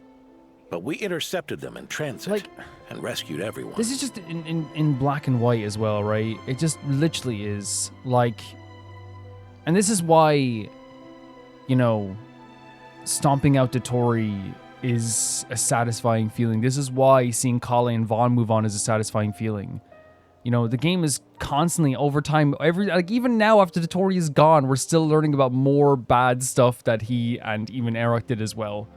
You know what I mean? We're never gonna not. I guarantee you, like a year from now, in another update, we're gonna find out that Dotori was involved in something else horrible. You know what I mean? It's just his evilness will be felt for the rest of this game. It just will. And as I said, eventually we will get to move on. Eventually we will get to, like, the biggest victory is the fact that he's gone and then everyone else is gonna get to live their lives, right? That's the biggest victory. Of course it is. But that doesn't change the fact that, like, the Zandique's presence in this world, of course, is gonna be felt as a ripple effect throughout the world. No matter if Kale or Vaughn are moving on. There's other people too in the world who are also affected. It's all right. It's over now. Oh, was Theodore also one of the... Oh, no. Look at this, man. Look at this. The trauma that... You know, that... Again, that... Originally Zandique like, let onto this world. So sad. I heard about that. That was the incident that saw you gain the title of Benevolent Knight. Thank you. I right? love Adorno forever. I'd never have guessed that Vice Captain Loen was involved. I never deserved that title. We saved the kidnapped children, yes, but I failed to root Eric out.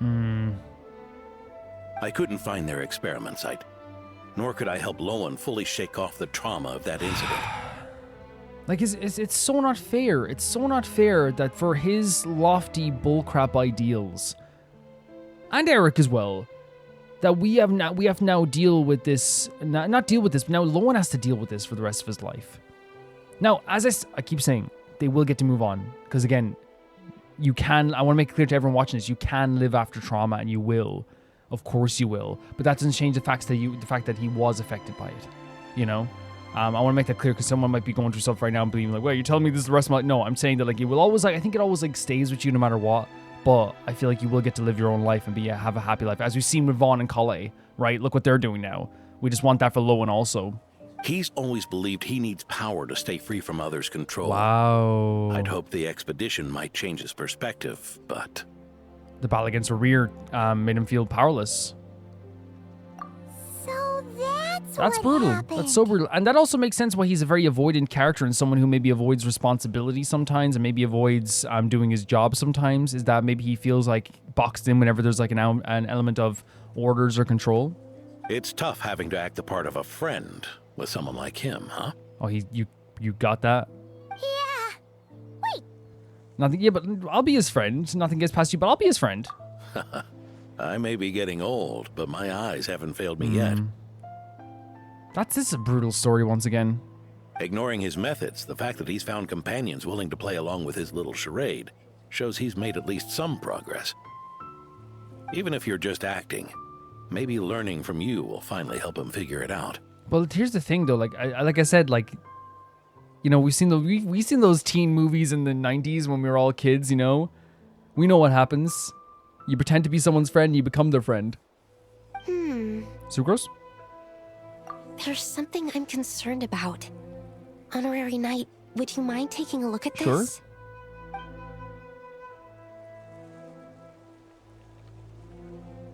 Strange.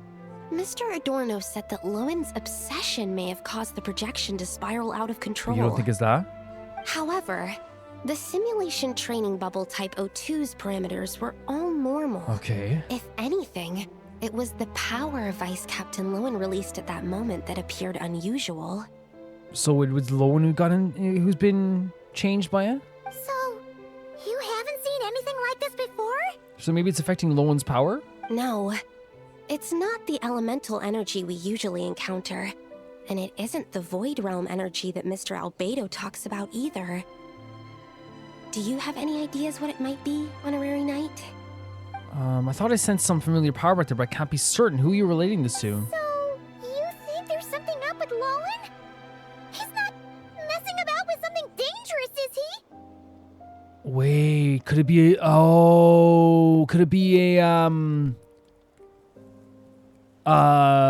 delusion? A delusion? But he has a vision, right? Would he also get a delusion? But then again, I guess that doesn't stop people, wouldn't it? Could it be? Because then that would relate back to the story of Crepus, right? If you want to relate it back to there as well. Hopefully not. We've seen what can happen. We saw that in Inazuma firsthand, how that can take place. That's not what I meant. I'm just reporting my findings. We shouldn't accuse our companions of anything untoward. No, I get you. Not I without get you. I evidence. know you're not accusing anyone, Sucrose. Do not worry. You have a point. We've just run into this sort of thing way too many times. Can't be too careful. As much as I don't like Sucrose's like character design like as much as the other characters, her boots are really cool, aren't they? They're really cool. Why did you come here today? We clearly agreed. We agreed? Varka's orders. Not my decision. Oh, so maybe that's why he was avoiding it? Even so, that was way too careless of you. Using so much power. Wait, so they both know what's going on here? What if we're exposed? Oh, no. Then we'll just have to accelerate our experiments. No, what are you two doing? Do you think it could be a delusion? But then again, would delusions need experimentation? Great shot here as well. Love the transition there with the light and the windmill as well. Loen, he just upped and left yesterday without saying a Yeah. word. Let's check in with Adorno and see if he's there. I love contextually we stayed here all night. What relax. Don't mind us, we're just staring at the sun. It's just a date for us as treasure hunters. Yeah, just a date. We're just going on a date together. You know, it's June, you know. Stop I'm not staring. I don't care. You don't care. No, I didn't mean it like that. You don't care. You don't care. No, I literally don't mean it like that at all. Okay. Okay? Okay. Okay. Did you say okay? No, I said okay! Jesus! God!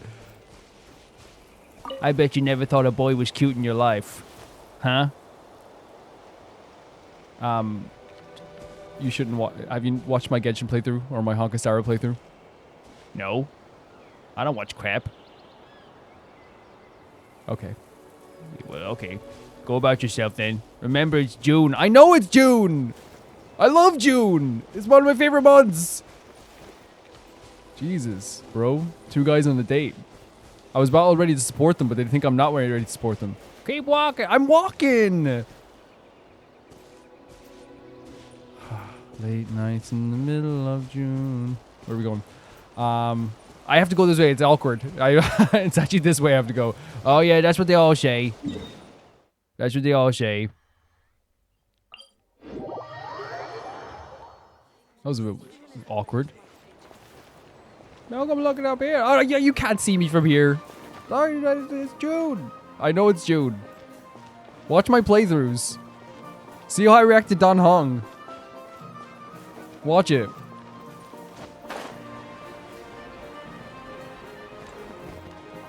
I'm playing as Navia, who is a lesbian awakener for most people. Please. Oh, little Paimon and the honorary knight. Feel better, okay? Okay, today? Right as rain. I wasn't really injured yesterday. Theodore had a look at me, and frankly, I'm feeling better than ever. I've his treatment to thank for my continued vigor. Without his help, they'd probably have buried me years ago. Yeah, but we have to figure out what's happening with Theodore and Loen, because again, I only like think delusion just because when I'm thinking of powers that could be like, you know, that can extend your power out, but then also can affect you negatively, that will be a delusion, right?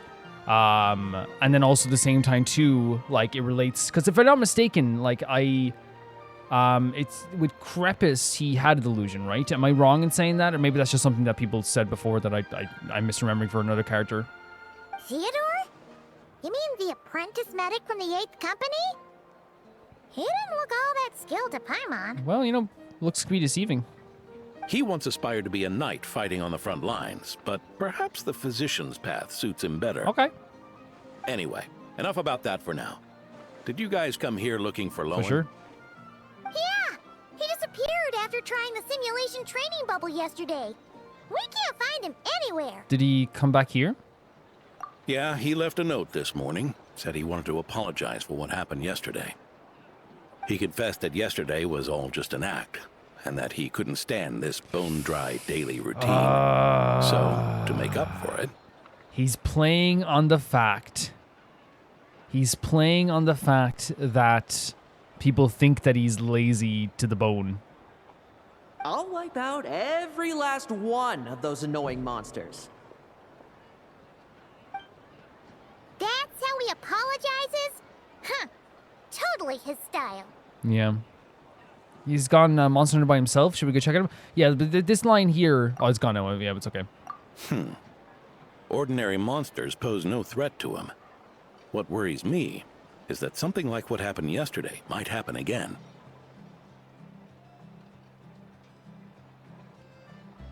If you could keep an eye on him, that would certainly put me at ease. I'll keep an eye on him. Yeah, it's going to be such an interesting story, and already is an interesting story, and now we have like a little bit of mystery going on here with Theodore and Loen, which again, I'm not trying to be like, you know, like I'm aware of how all the, because again, it's been so long since we dealt with it, but the delusions have been like something that like, crept back into the mind, I think, when like I was, you know, we were talking about Crepus and stuff like that, because I remember someone saying something to do with delusions and Crepus. Now, that could be related to a different character 110%. But also, when you talk about anything that's powerful, that is like, that is also can draw from you as well, right? Powerful, but also can take away from you. I would think that most people would think delusion in that sense too, because oh, it's so pretty. It's so pretty. Because I think like if you're using abyssal power, we would notice it right away, right? We would right away be like, that's abyssal power. 100%. And also, getting your hands on abyssal power means making a deal with something probably a little bit maybe not sinister, because our sister also has her hands on abyssal power, and I wouldn't call her sinister whatsoever. So, who knows? How do we get up here? Oh. Ah, of course.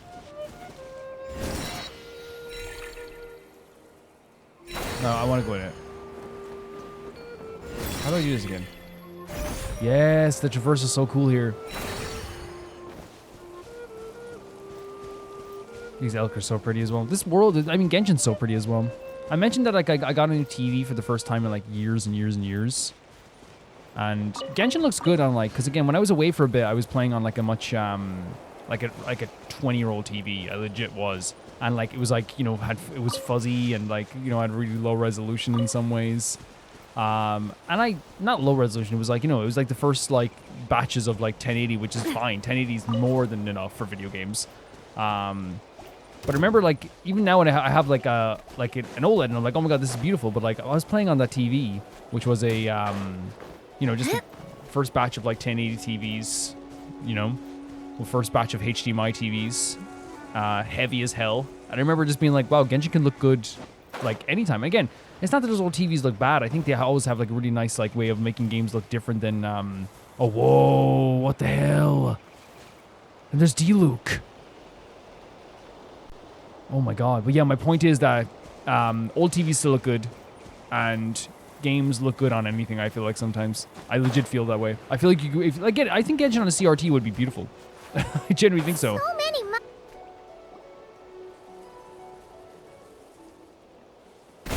Look at this. Well, like, what's this power? Is it like abyssal power coming off them? Guess you're the last one. You'd better put up a good fight. Oh, it's a Rocky Geo Bishop. What are we doing here? Experimental monster? Who's there? The sharp who's there, by the way. Oh, they got away. But wait, that's... It ran away. I never thought a winery owner would care so much Diluc about showing hunting up here. monsters. Or could it be you're after something else? And what about you? Are monsters all you aim to eradicate? Given how the previous scene was so clean that nothing was left behind. Diluc definitely knows something's up here for sure. And Diluc will figure out a situation in like 2 minutes, but he won't let on that he knows like right away, you know? Oh? First I've heard of it. In that case, why don't we examine the monsters here? Perhaps we'll discover what it is about them that's attracting so much attention. Diluc knows something, right? He definitely knows something. Forget it. I'll go after the one that got away. Investigations and the like aren't really my style. And again, Loen, I bet, gets away with the kind of like avoiding the serious topics that need to be talked about sometimes because he's already expected to avoid them, right? People think he's an avoider. See you around. You know what I mean? It's kind of like this is a great shot as well. But you know what I mean? It's like one of those things that if you're someone who like always avoids work and avoids, or appears to avoid like some aspects of work and like appears to be a bit of an avoider when it comes to some stuff. If you try to avoid some stuff like this as well, you actually have like a little bit more leeway because people are like, oh, that's Loen, you know? But Diluc definitely can tell something's up here as well. We're getting a transition here, a Genshin transition. That's the gist of everything that happened before you arrived. What's he trying to pull? Seriously.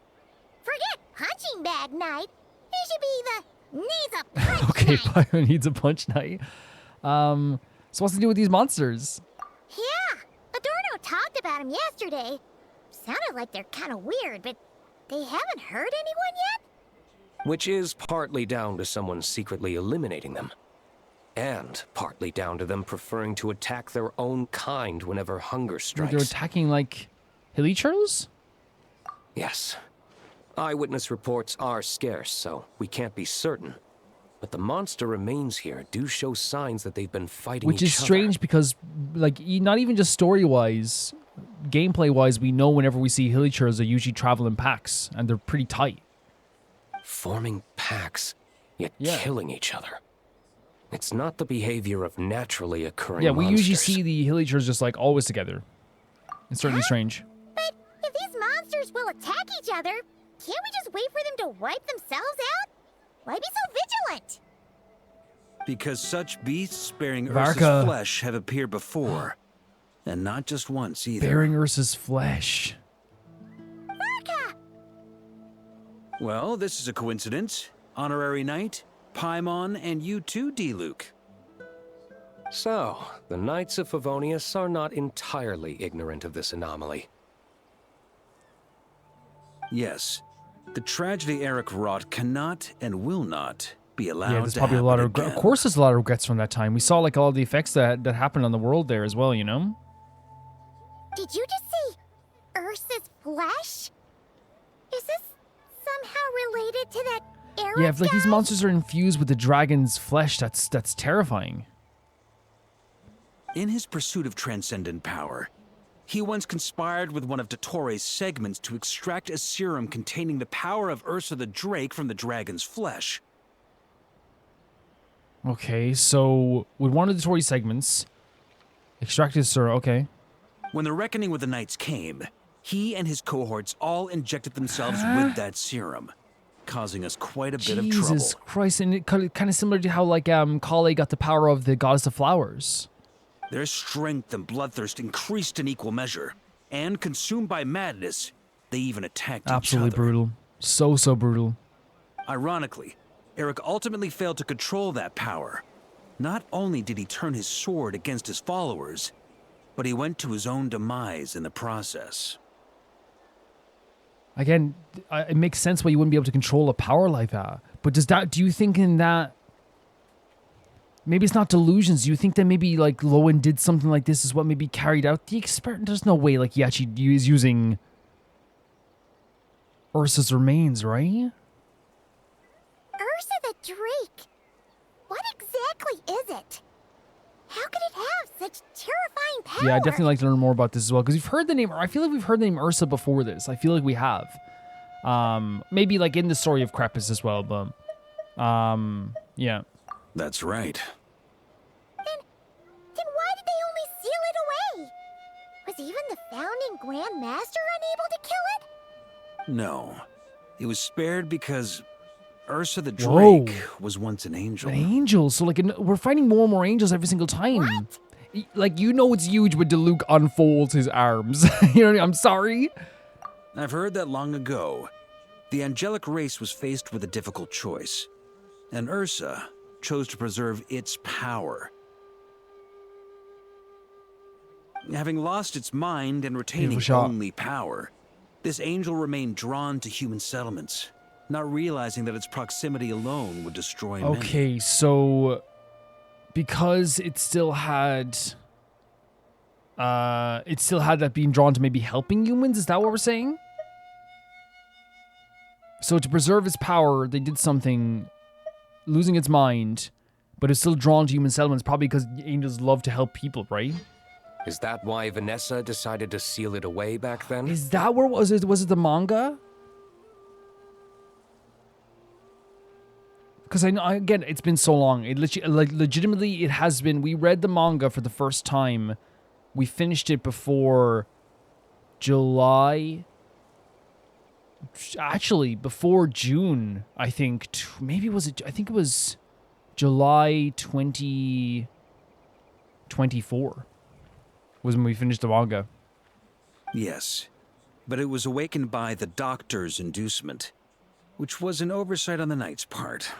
I do like that they beat themselves up over this, like, and the Knights beat themselves up over this, because it shows that they're willing to fix those mistakes and to make sure it doesn't happen again, right? Instead of just being like, oh, there's nothing we could do, they're just like, maybe we could have done something. Even though the power of the Tory is insane, the power of Zandik and all the segments were insane, right? Rather than assigning blame for the past, we would be better served by rooting out the present threat. Yep. But Ursa's flesh and blood, why would it reappear within these That's a good monsters? question. But yeah, I think it's great that they look back and still like give themselves some lashings, because again, while again Diluc's right, we need to focus on the future or the present. I still think it's also like good to like talk about like how maybe we could have done more in the past. Eric was, admittedly, once a knight in whom we placed much of our hopes. As such, he knows our methods well. Before he met his end, he destroyed all records regarding his experiment site. It's such a cool idea having a character who was like so well known in the Knights and trusted in the Knights to be someone who betrayed them, like, and because again, it does add these like different. It explains so many things, right? Because like, how did they do this? How were they able to do this right under our nose? How could they like figure this out? Like, wouldn't someone have noticed? It's like, no, they were trusted, and like, you know, the benefit of hindsight, right? To this day, we have yet to find any information to locate it. I suspect we have the segment to thank for that too. Zondik segments, very good. at covering their tracks, like, legitimately. We can just say that right now, like, you know, the segment we fought in Nod Karai, like, showed up at the last second. The only way you would have known if you watched a meta thing called a special program, I guess. But Dotori's backup plans were dismantled by the Traveler in Sumeru, a fact you're no doubt aware of. Yep. We believe this means that the covert measures he took in Mondstadt have also ceased to work. Okay. That's good to know, but again, it's one of those things where, like, you know, what? Imagine again, Dotori shows up at the end of this, I just be like, what are we doing? Again? Because I think my view is that, like, if Dotori shows up again for another boss battle, unless, like, it makes, like, a lot of sense, it becomes a thing where it's like, it goes from being like, oh my god, the last, you know, 2 times you show up, it's like, oh my god, it's Dotori, to being like, huh? You know? But I'm kind of glad that, like, maybe the fact that, like, we stopped it from working in Nod Karai also means it maybe stopped working in Mondstadt. Ah, so those monsters, they all escaped from the experiment site? I'm afraid it goes deeper than that. Someone has likely restarted the experiments. Wait, but then Loen said something about experiments, right? Or am I wrong? Or was it testing they said? That's what I'm thinking. Maybe it's not delusions at all. Maybe they're doing something with Ursa's, like, flesh. Past experiments, Ursa's flesh, blood, and angelic power. Does this mean that the power I sense... Yeah, okay, so it's not a delusion. It might be actually just, like, Ursa's freaking powers. You noticed it too, then, during the commotion yesterday. Yes, at the time I... So it's possible that Loen has been dabbling in forbidden experiments to gain extraordinary power. Not nice. Not good. He isn't bad enough to do something like that, is he? I don't know if it's bad enough. I think it's... The way I would phrase it, Paimon, is, like, maybe not bad enough. Maybe I would say, is he hurt enough? Is he mentally hurt enough?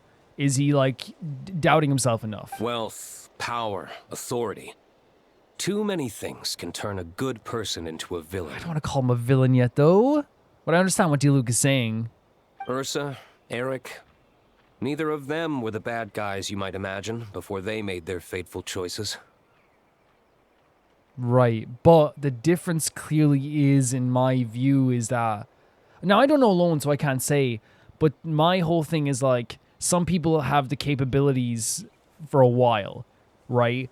Whereas other people have, like, clearly Eric's motivations were obviously to gain power, but I feel like it's for different reasons. Loen's motivations come from a mental trauma. You know what I mean? I feel like it's a different situation, but then, of course, like, you know, no matter what, someone's gonna be like, well, Calvin's playing favorites here, and it's, like, more of a thing of just, like, I'm just following the story. But no matter Lowen's intentions, it is my duty to pull him back from the edge before he goes too far. So, what do we do now? Keep investigating in secret? No need for that. That's why I'm here at Dornman Port. I'm going to find him Wow. and ask him directly. Wow. I mean, honestly, a firm hand, maybe?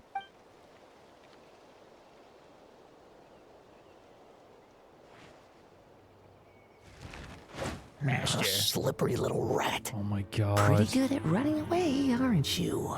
You hear in his voice even, like, how it's changing him. Oh my god. Now, where will you go from here? And it's totally right. Like again, power corrupts, right? It does. Like, it is... it's something that does, like, change you. The music here is so beautifully sinister as well. Hey, Loen! Now's not the time to be cleaning up test subjects. The Knights are making their move. It's kind of a really great story that these two, like, experimented on, like, who are about to experiment on by, like, Dotori are both, like, maybe with the trauma that happened to them, are also, like, you know, seeking this power maybe to never feel powerless again. Especially after what happened with Rear. This is really well written. So, Loen is aggressive. Lots of unfamiliar Knights showed up in Dornman Port today. Did yesterday's test expose us? Or did they capture an experiment subject? Could they have discovered? It was only a matter of time. I'd say we were lucky to have lasted this long. Steadfast allies make redoubtable opponents, as they say. What do we do now, then? Find a place to lie low? You see, Theodore is definitely more worried than Loen. That would make reaching our objective even harder. This beautifully sinister music. That you were able to come here freely means the Knights haven't verified their suspicions just yet. We have to go all in while we still have the chance. All in, like continue the experiments? What's so interesting, like this is such a smart thing to say as well, the fact that they didn't, because if they knew exactly what was happening for sure, they could just like, they would apprehend Theodore. You know what I mean? And make no mistake about it, like, they need to stop Loen. Like, they need to. Do it now. Use me as a test subject. Stop. Now? But those problems we were having before. Please. We still haven't. Why are you hesitating? I told you, we're not the same, you and I. I'm doing this for myself. Oh, Loen.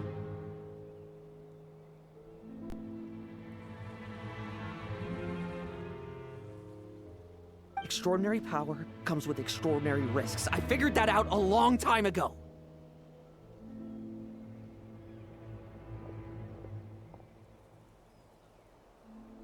But...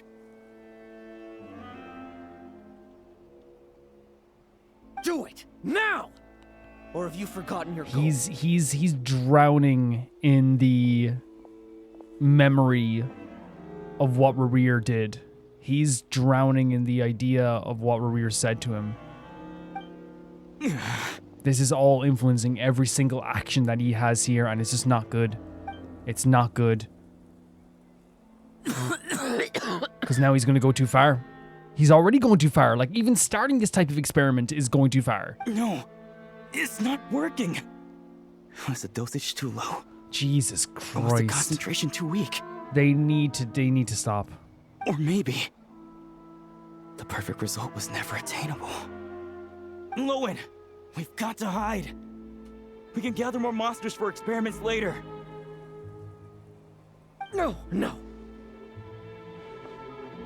And again, look at this. He's pushing it as well. I'm getting so nervous. My heart is pounding. Hide? How much time do you think the Knights will give us, huh? We've always been gambling with a small window of opportunity. This music's fantastic, but it's such a heart-pounding kind of like nerve-wracking scene. I don't want anything to happen to these characters already.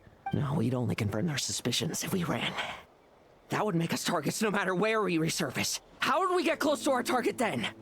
He's so desperate. Then, what should we do now? We're going to break the target out tonight. The target? Then, he can follow us down to hell. What?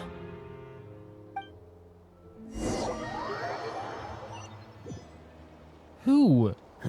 As expected, the Knights of Favonius are acting swiftly. Are they talking about Ursa, maybe? There's a crowd gathering up ahead. Something about this feels Is that Adorno? wrong. That's... Adorno. And you can tell Lowen's voice changing completely again, the concern. A few hours ago, so something happened to Adorno. Yeah, who are they trying to... I finally found Oh, you. the little cat. Who are they trying to, like... They said they're going to bring out the target and bring him down to hell with them? Keep a close eye on it now. Don't let it stray too far from you again, all right? Thank you. Thank you, Grandpa Adorno. And don't run off into the countryside alone looking for it again. I know you're worried about it, but Hannelor's worried about you, too. We'll keep this our secret this time, but don't let it happen again. Okay, I understand.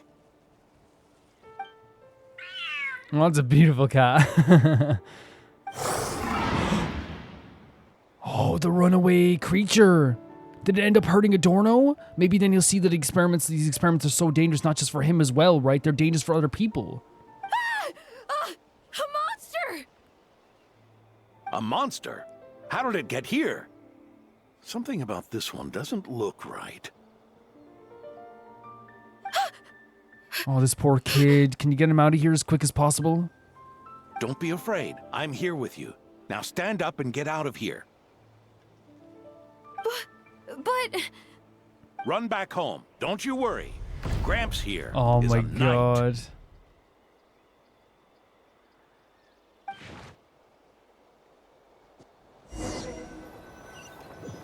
Wait, I thought they were letting us play as Adorno there with the sound for a second, but... So yeah, the experiments have already The Knights affected... who arrived later defeated the monster. Adorno. Its power far exceeded what is normal. Yeah. And that's the thing. It's like I hope this lets Loen see, because again, it probably won't take him see right away, but I'm hoping that we can get through to him in the story, right? Because I always talk about intention versus actions and how your intention of doing something good doesn't actually matter if it ends up affecting people. So I'm hoping at the end of this, at the very least, we can get through to Loen in some way that he can see the errors of his ways. Because once you realize you're doing something wrong, and like, again, I give people leeway all the time. It's like one of those things, if they like take a bit of time to realize that, which I'm hoping Loen will realize in the end, we're still going to give them a chance to realize this also, that it is affecting other people, not just him, you know? Because again, from his perspective, it's like, well, I'm doing the experiments on myself, so I'm not hurting anybody. But unleashing this creature on the world factually has hurt people now. Adorno fought it tooth and nail to buy time until they arrived. Adorno! Oh, Theodore. Adorno! This is the guy that literally saved their lives. He's the reason these two are standing here. It's fine. You know my condition. Wait. I wouldn't have made it this far without your help. What are we doing? Fighting one last time to save others sure makes me feel more like a knight than lying in bed ever did. No. No. I'm sorry to do this to you now. I know you worked hard There's on no those way. treatments. Oh, there's no way.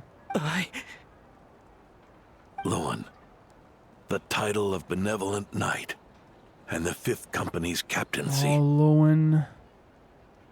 I...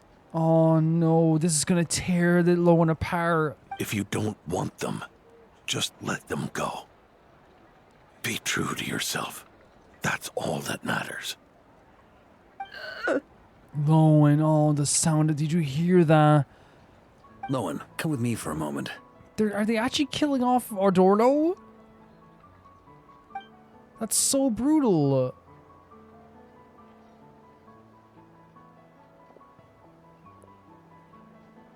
The investigative team's analysis shows that the monster that attacked Adorno bears Ursa's mark. Right.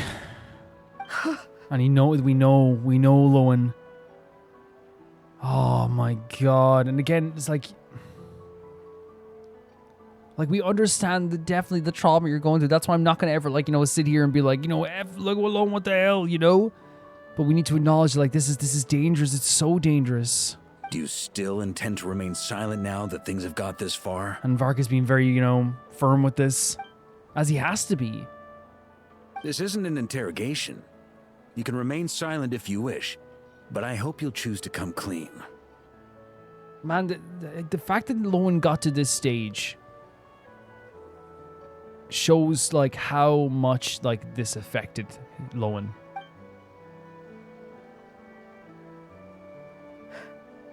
I'll talk. Okay. Good stuff. I'll confess everything and accept whatever punishment awaits, but please give me one more night. Tomorrow I'll go to the Knights of Favonius and explain everything. This is so brutal. This is brutal. I swear it on my honor as a knight. Imagine what he's going through now. That's the first time I've heard you swear such an oath in all this time we've worked together. Oh, that's amazing. And that makes sense for his character. Yeah, that's so cool. That makes perfect sense for his character that he wouldn't be swearing on oaths yet. Makes perfect sense that he wouldn't be swearing on oaths, right? That's so cool. I know it doesn't carry much weight. Oh, the pain in his voice as well.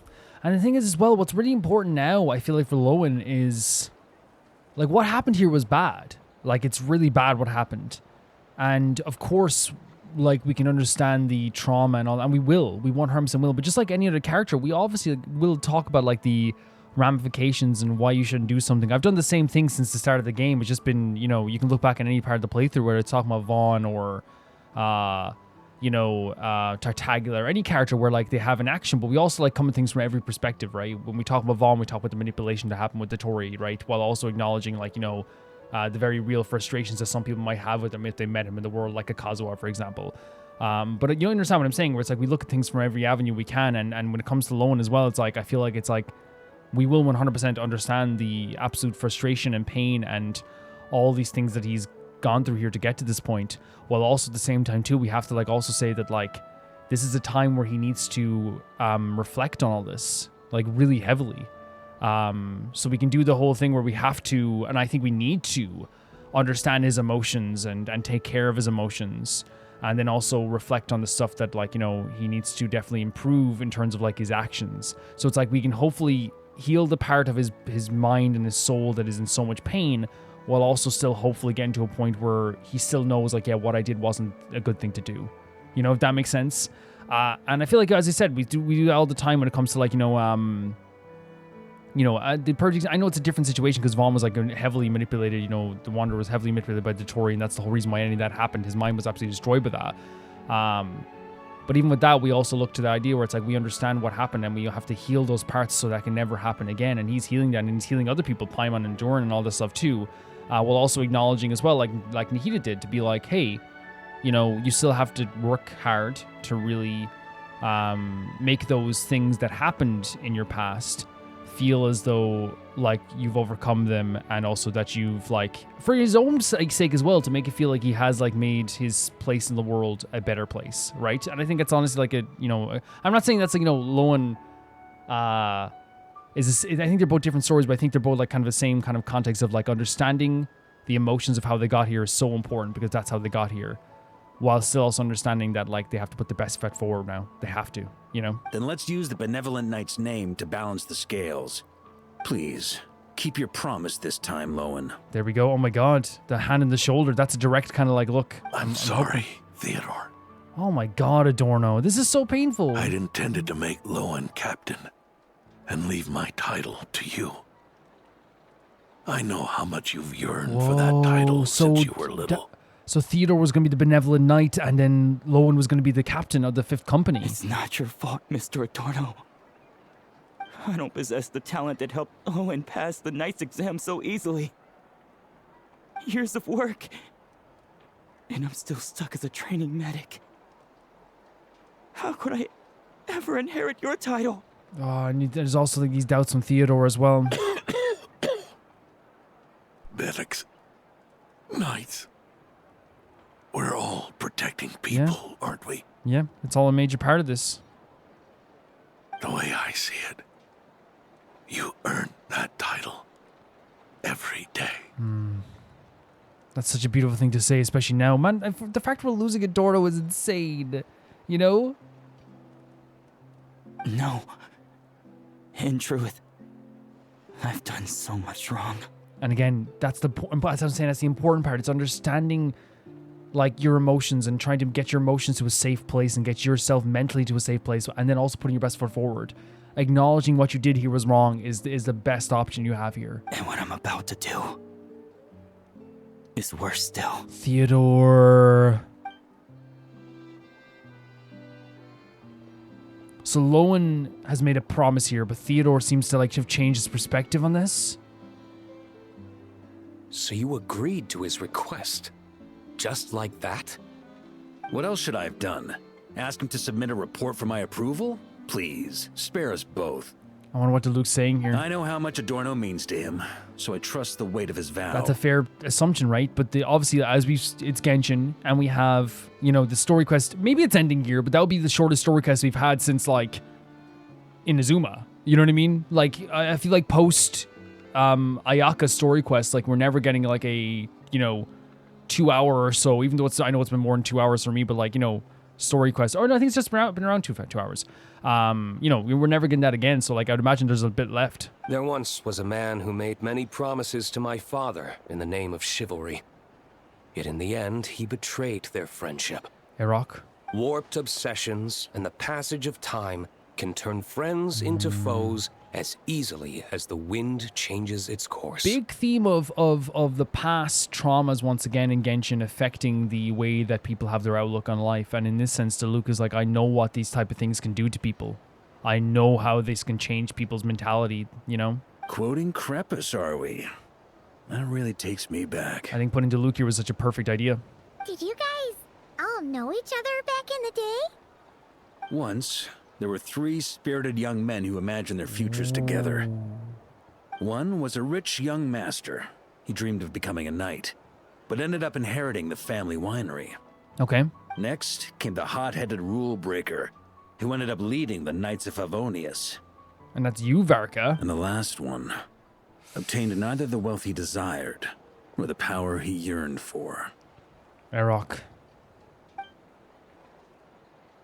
Obsession was all that was left, piling up day after day into a towering spire. Yeah, and especially if that's left alone as well, right? Yearning turned into jealousy?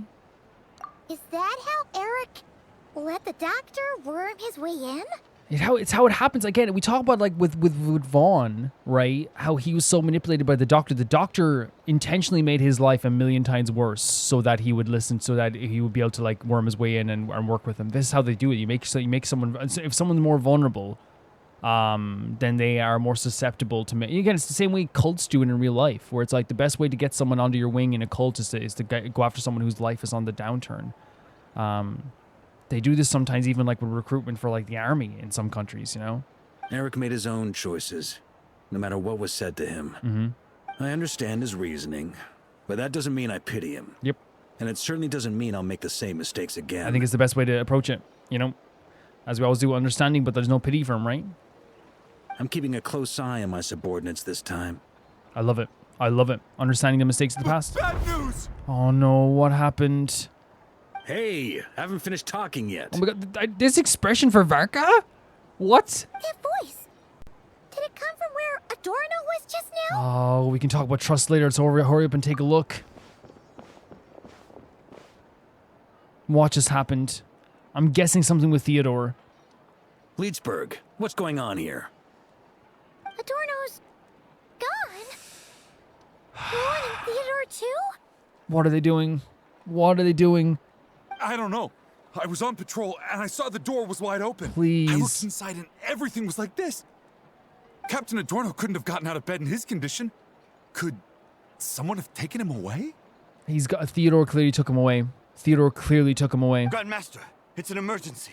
Vice Captain Loen barreled straight through our patrols and headed for the outskirts. So then if he's saying just Vice Captain Loen, then what we're saying is Theodore took Adorno away and then Loen chased after them. That kid. Seriously. That's what I'm thinking happened though. Did he leave any sort of message? Right, because if they're not together, right, they're all going to carry Adorno together to wherever they're going. Message? He looked like he was in a hurry. All he said was out of the way before rushing off. Did you go after him? Well, of course. But you know how fast he is. He's very fast. I'm afraid we... Track him as far as you can. Leave the rest to us. Man, that's, again, I'm guessing because he made a vow to Varka. So I want to believe in that vow, but then again, you know, it's people are weird. People have different emotions and people are flawed.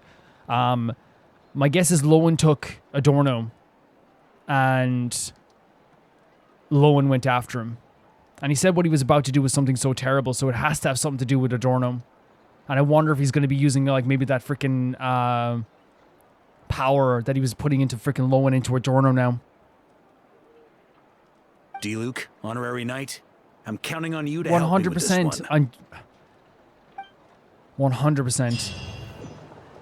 Holy hell, man. First of all, can I say, like, this is like, it's so complicated in such a realistic way, like the way that they portray the emotions here of like a Loen and having this be an awakening, hopefully, of like, look what, and as I said, like, it's one of those things where we have to acknowledge like what happened there was not good, you know, but that doesn't mean we're going to sit here and be like forever like, you suck and you're awful, especially since he's acknowledged what he did was absolutely wrong and now wants to put his best foot forward into the future. That's the whole point always of anything, right? It's the same thing with any character who's done anything wrong. If they want to make efforts to do something good in the future, I'm here, and I always have been. And you guys know that's always been like my take, where it's like, yes, we have to acknowledge what you did was wrong, and then also work towards the future, right? And that's been my stance since the start of this game and the start of any playthrough I do. It's not just Genshin or Honkai. It's also like any game I play. And you can, you know, if you watch Last Defense Academy, we feel that way, where it's like we acknowledge the bad someone's done, but then also like, you know, put our best foot forward. It's the best way to go about it, right? But they have to have the intention to want to move forward. That's the thing. They have to have the intention. Which I loved what Varka said about Eric as well, and how they're relating the Eric story to not only the story of Loen and Loen's corruption when it comes to his own powerlessness and feeling of powerlessness in the same way that Erok was as well. And Varka feeling guilty about not stopping it early on and trying to stop it now as quickly as possible before it starts is such a great way of like showing the learning from like the past that Varka has done as well. While also then putting Diluc's trauma in there as well, where he kind of like is talking about Loen in a very negative sense of kind of like, why on earth are you just letting him away with this? And I didn't say that in any general sense, like, but in a literal sense. But I mean, that's what he's probably thinking, because again, they're playing on the traumas of Diluc. What happened to his dad? What happened in that situation? Diluc was there, you know? And it's really well done what they're doing here as well. But I love what as Varka said, I didn't pity Erok. I just understand how he got there. And the fact that we can be here to stop Loen from going any further into this situation is a much better situation than what happened with Erok. Is it going to be a domain? No, it's just on the beach. Okay. I thought it was going to be like a little crack in the wall. Is this as far as we were able to track him? So they went over the water? Well, he's not known as the 5th Company's sharpest arrow for nothing. I guess so. Gone in a flash. Yeah, he's very fast. If you want to praise him, save it for later. Don't we have any more clues? The dew on this grass is cold. Probably the effects of elemental energy. Traces of elemental energy, I should be able to track them. Yeah, that's, I guess it's something we should do. Oh, you really are something, eh, Honorary Knight?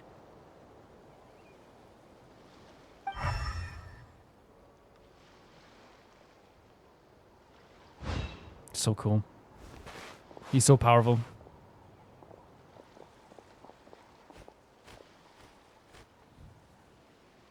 Still, being spotted by witnesses and leaving traces.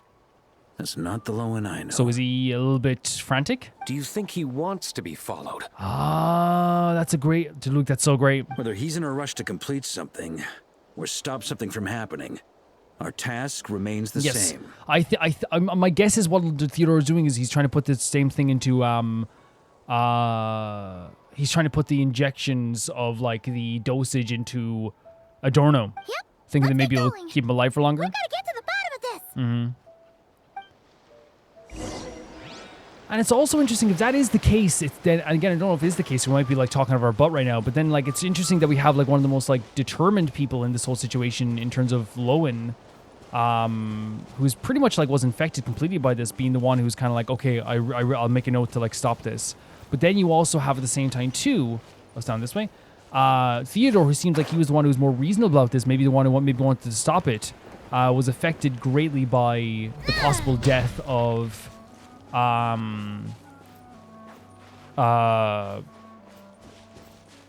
Adorno, right? And that changed his perspective too, because now he's faced, because while they both were faced with the trauma of what happened with the Tory, Loen was faced directly with the trauma of what happened with the Rear. They both never wanted to be controlled or taken ever again. But then you also have now Theodore face to face with the death of someone he also loves dearly as well, so... What a way to, again, as I said, relate this to Diluc's life, relate to stuff with like Crepus and stuff. Here? Is it gonna be a domain?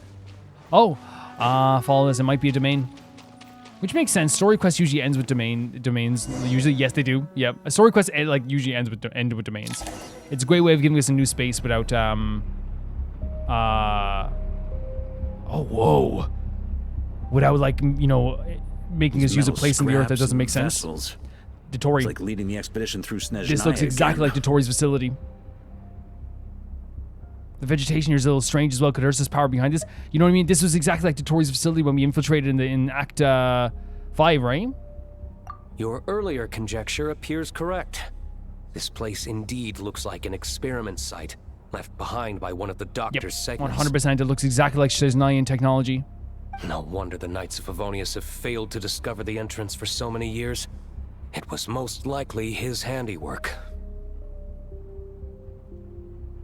And once the concealment faded, someone discovered this place before us, restarting the experiments on Ursa's flesh and blood. Which, Loen and Theodore.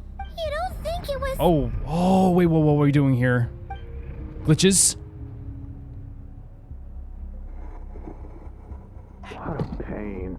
How many more test subjects do we need to catch? We're seeing a history here?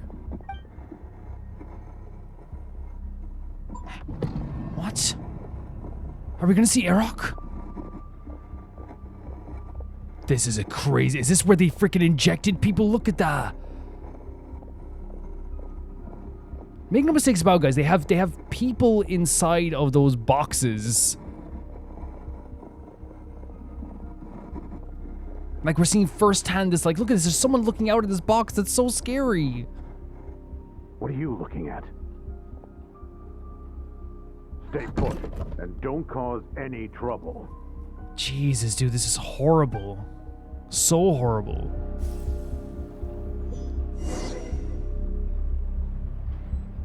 Are we literally trapped inside here? Do you think we're playing as Loen right now, or what do you think? The movement is very... The last time they did first person before as well. Not to give a critique right in this moment when we're in a very serious situation, Genshin needs to make the first person aspect, because it's a really cool idea, but the movement just... Can I be crass and say it sucks? It doesn't feel good at all. It feels really bad. Sir, the new subjects are here. This brat's real vicious. Took a lot of work to quiet him down. This is disgusting. This is absolutely disgusting. Interesting. I'll take a look myself. This must be Erok, right? This must be Erok.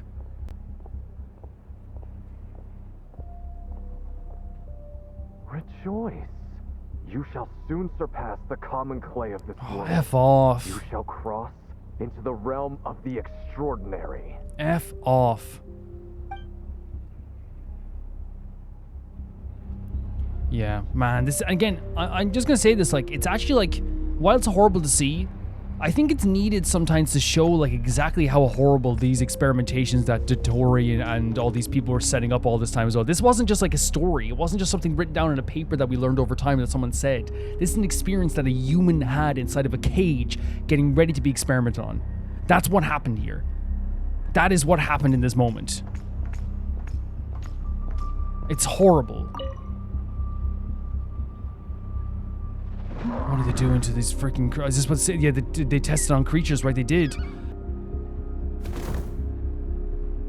The experiment results have been confirmed. The serum dosage still requires adjustment.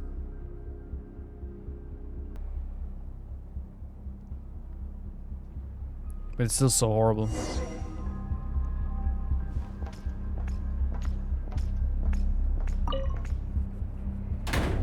It's one critique I'd have, because I love the idea they're doing more first-person stuff. They did it as well in Linnea's story quest. I told you, Jesus. Don't cause trouble. Again, so inhumane. Yeah, they did in Linnea's story quest. I would just love for them to improve it, because, like, if you're going to do it over and over again, I love it, the idea of it, but just improve the freaking motion, I guess. Was that a projection formed using memory? Like the bubbles? Seems like a trap laid to slow our advance. It's like a Batman. I mean, this is a comment, by the way. It's like a mid-2000s like Arkham level in Batman Arkham Asylum. It looks so cool. A trap? Could it be Loen again? I don't think he's setting a trap for us. Nah.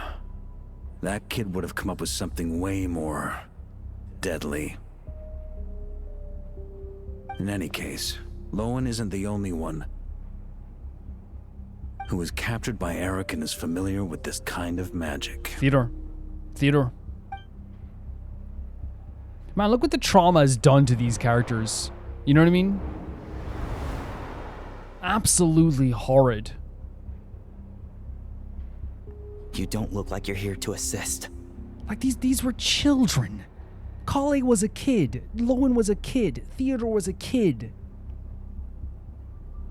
On the contrary, I believe ending this as soon as possible is the best way to help. Loen has realized what again, this is what I'm saying, the intention to do better, the intention to put your foot forward in a better way. In this? Is that what you're saying now? Back when the test subjects were escaping left, right, and center? Back when I was ready to give up? Who was it who said I should keep going? Loen was pushing the experiments forward. Did all the test subjects? Which again, we acknowledge this part just as we were on the way here. It was Theodore seemed like he was a bit like more hesitant, and Loen was the one who was pushing everything forward. You shouldn't experiment on yourself so soon, Theodore. Did you think that discovering Eric's lab and taking control of Dottore apparatus would be enough to help you restart their experiments? Look at you. You can barely lift a finger. So he experimented on himself as well. But watch your test subjects flee. Loen, are you here to stop me? Quite the opposite. Who do you think kept those monsters from eating? So do you think Theodore started this and then Loen joined later? Is that what happened? You took care of them? I also plan to deal with the ones that fled into the wild. If you ignore them, the Knights of Favonius will follow them right back to your doorstep. Why are you helping me? I know what you intend to do with the flesh. So that's what happened. Interesting. I've read the examination report you wrote for Adorno. So Theodore had the plan originally. That's what happened. Old and frail, a mass of old injuries. One day you won't wake up. No one will be surprised. Without extraordinary intervention, that is. I hit it! Even Adorno himself didn't see it. Don't be so shocked. We're companions, both rescued by the benevolent knight. Did you really think I wouldn't notice your changes? And that's their connection for life, by the way, of course. Is that why you're willing to keep my secret? Oh, no, don't get me wrong. I sincerely hope Adorno can live a while longer. It'd save me from inheriting any unnecessary responsibilities. But what I'm more interested in is power. Aren't you concerned that your monster experiments have hit a bottleneck and that your own body can't bear Ursa's power?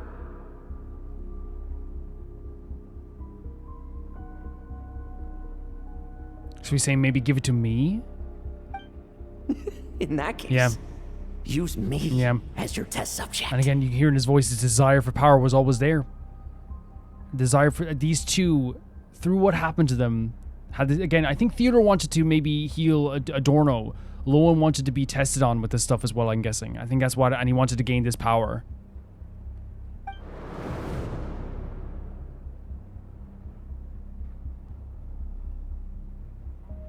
Without you, we'd never have come this far. We're finding the serum, continuing the experiments, bringing Adorno here? Were these ideas not all yours, Loen? Yeah, but he's seen how far, like, he's seen the effects of what this can do. That's right. And that's why I'm also prepared for failure. Failure? We're so close. As long as you don't blow our cover, we've still got a shot. Loen, listen to me. The Ursa serum works. Adorno's improving. He can get out of bed on his own now. If it weren't for you, I don't think he would have lasted the week. He could make sitting on a bed of like nails casual, the way he is so casual. But I can only add low concentration serum to Adorno's meals and medication for now. It won't cure the root cause. This is really bad. This is really, really bad. Is that so? Oh, that's good to hear. The smoother your experiments go, the greater my hopes of mastering this power. I see he's worried about the experimentation of that, like, to be getting more powerful. Do you think you could find the time to see him? He talks about you often. I'll pass. I'd really rather not listen to his Do you think Loen was nagging. avoiding him because he felt the guilt of what was happening here and didn't want to face him, but still wanted the power? Besides, unnecessary contact only increases the risk of exposure. We're running out of time. The Knights of Favonius will notice something is wrong sooner or later, no matter how many tricks we pull. They'll only work for a time. How much longer until you have complete control? This is such a tragic story. It's so tragic. They owe this man their lives. And again, from Theodore's perspective, saving him is like the least that he can do in this moment as well. They're both clouded by different clouds, you know? The clouds are like right over their eyes. The wool's right over their eyes. Not the wool, because that's been like they're being tricked, but like they're so clouded, but they're like in different places with different clouds, it feels like. Soon. Very soon. Thanks to your help, the serum's power has stabilized substantially. Though, I wouldn't call it a gentle concoction. Don't go using it on the old man to save time. Of course not. You're overthinking this. I know what I'm doing. It's just, you know what it's like? It's like watching, like... It's like watching something in slow motion where you're like, someone's about to fall or someone's about to, like, you know, do something that will get them hurt or something, and like you feel powerless, right? Because like I want to reach through the screen now and be like, guys, this is such a bad idea. So you say. Everyone assumes they know what they're doing right up until trouble lands on their doorstep. If that day ever comes, feel free to slap some sense into me. Blow our cover. Do you think the Knights never suspected? Who do you think was delaying the investigation? Varka's clearly like picked up on it very quickly as well, especially since Varka like has his own trauma too, where he doesn't want it to ever happen again with what happened with Erok. How many times do I have to say this? We were gambling from the start. With our time, the Knight's time, and the time Adorno has left. Yeah, and that's a good way to put it. This wasn't something I was ever gonna like. It just never was gonna turn out okay. Like there's no way this could have.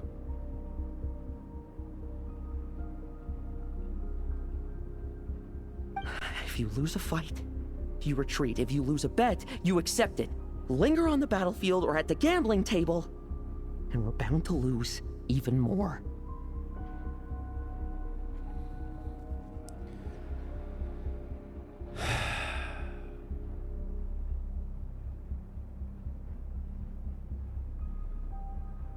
This is it's twisting my stomach around, guys. It's so hard to like look at what's happened to Theodore as well, and what happened to Loen.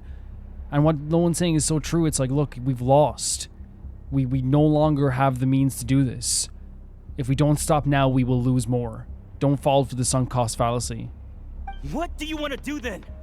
Stand by and watch him die? It's just painful, man. It's so painful.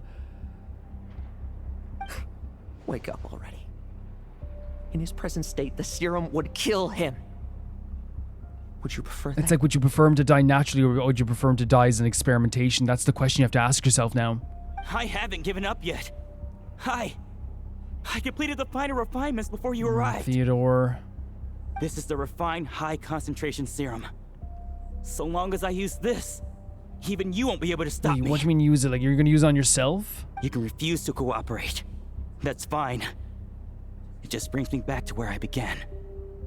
I'll finish this myself. Tragic. Absolutely tragic. Relying on hazy childhood memories, Theodore was the first to find this place, restarting Eric's experiments to prolong Adorno's life. But at some point, the experiment failed, and the monsters escaped. Loen then discovered him and offered his assistance, allowing him to continue extracting serum from Ursa the Drake. I'm just like, sorry to like explain how I feel right now, guys, but it's like, I feel like really like, not sickly, but it's kind of like, you know when you feel in the pit of your stomach, like again, the way I describe it is like you see a friend that's maybe going down the wrong path and you're trying your best to be like, hey, let's change course or whatever, you know? But every time you see them, it kind of makes you nervous. There's this feeling in the pit of my stomach where it's like it is kind of sickly. It feels like, I don't know, it feels like I'm getting like my energy sapped from me in some ways. That appears to be the full picture. What do you intend to do with them? Well, Loen has changed his perspective. It's getting truth to Theodore now, which is the problem. I'll leave that headache to Jean and the others to deal with later. Let them decide the appropriate course to take. There legitimately has to be a recourse, right? There has to be something. Because again, like I said, while I definitely believe that we're going to talk about all this later as well, about like, you know, the trauma that this led to and the lifelong depth that they felt towards Adorno and the feeling of never wanting to be contained or captured ever again, all these things in between, that definitely did play a part. I think Jean would have to like do something. Now, maybe like in the end they'll decide like, okay, look, let's not do something. But then again, it's one of those things where like we're talking about a story that relates to Diluc's mind of like covering stuff up, you know? I just wonder what their decision is going to be in the end. For now, I'm more concerned about the remains of Ursa's flesh, buried here beneath the ground. Okay. So we have notes on test subject. The plan to incite panic through the use of test subjects has progressed to a remarkable success. Though even our most successful test subject at this stage can harbor less than 1% of a total power with Ursa's flesh, the ensuing rumors and dread have proven far more readily disseminated and internalized among the masses than the Drake in its true form. The legend of Ursa has haunted this land for 1,000 years after all. A plausible imitation of its form is quite enough to keep the populace in a state of perpetual dread. Moreover, the scrutiny and discontent directed at the Knights of Favonius will breed further chaos. It will pave the way for our northern allies to step in their tiny assistance. So the idea of people being discontent with the Knights lets the Snezhnaya step in. Regarding the mutual aggression amongst the test subjects, some researchers have posited that the severed flesh is simply attempting to however, interpreted as Ursa's curse upon itself, that it would allow its no vestige of power to persist in any shape or manner. A foolishly sentimental notion, a brute that has abandoned its wisdom cannot then arrive at the refinement of its desiring its own extinction. There are no unsolvable riddles in this world. The experiment shall continue. Our mastery of this power is inevitable. It is only a matter of time. Risks are one thing, and results are quite another. We should give necessary secrecy its due, and necessary sacrifice its place, provided we keep a clean ledger. We keep our grip on the situation. So maybe there's a possibility that the reason why the Vishap, little baby Vishap, attacked Adorno is because maybe he had some of the flesh inside of him, but we know at the very least that it's either they're trying to reconnect, which would be terrifying, or they're trying to make sure there's no other like version of him around here, I guess. We already read this, right? Yeah, scribble notes. Crepus is dead. Large, expansive blank pages. Varka is back. I'm bringing him everything we've achieved.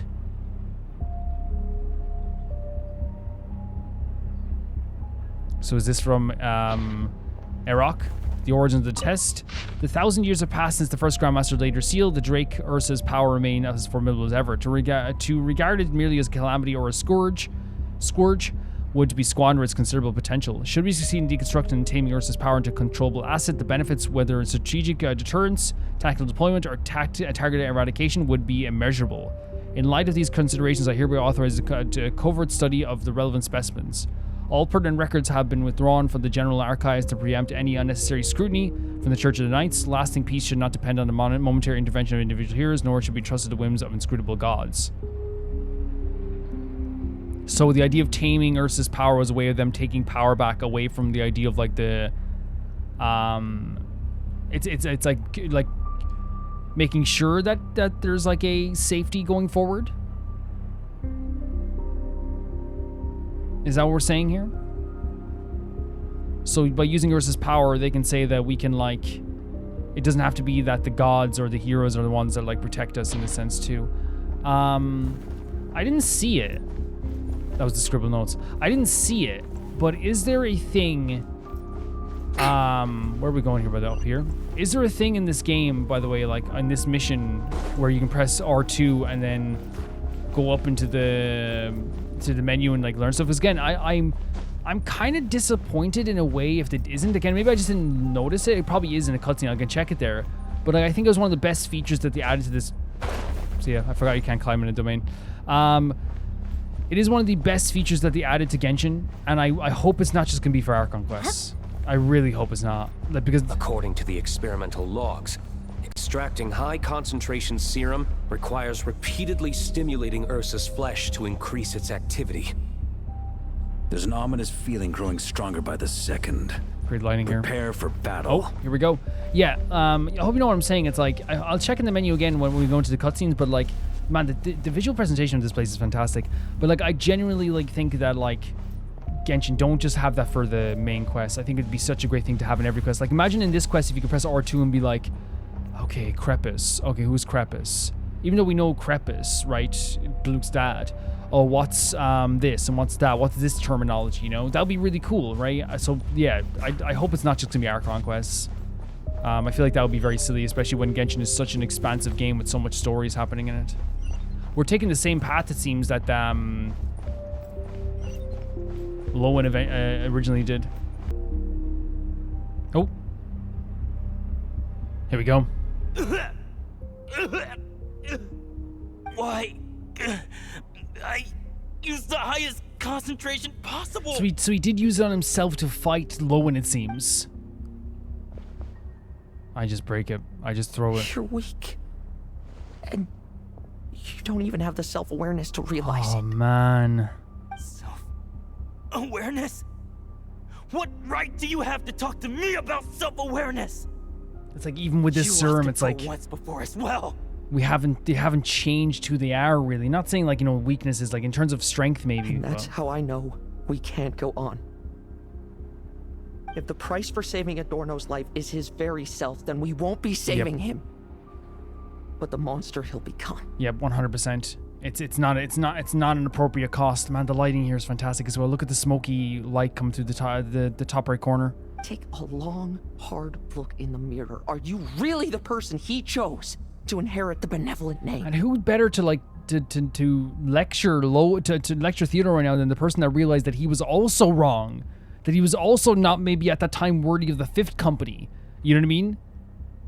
At the time when he was doing all these experiments.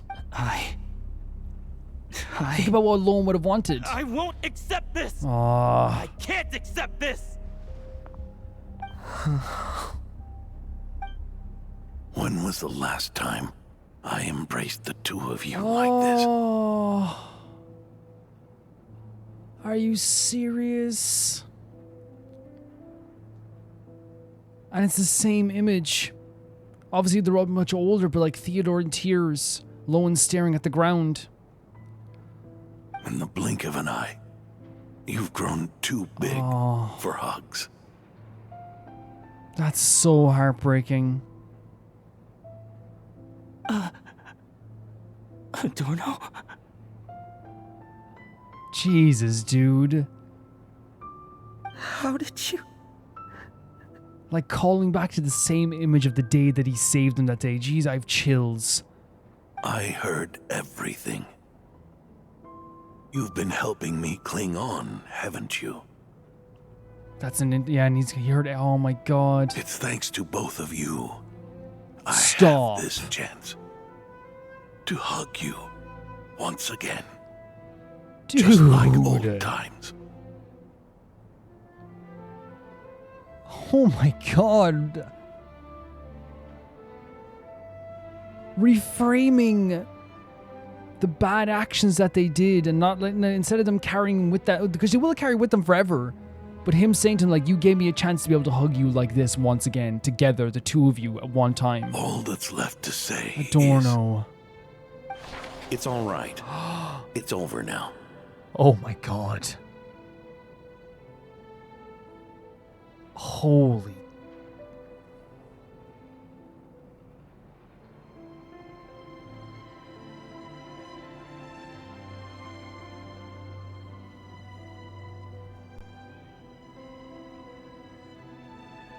The exact same phrase he said to them all the way back then. Oh my god. Sorry guys for the I was just like, I literally... The silence there. I literally turned my head to the side and had my head, like...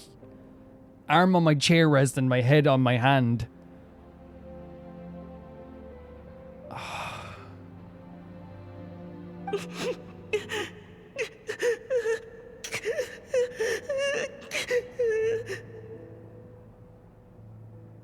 So sad. It's so sad.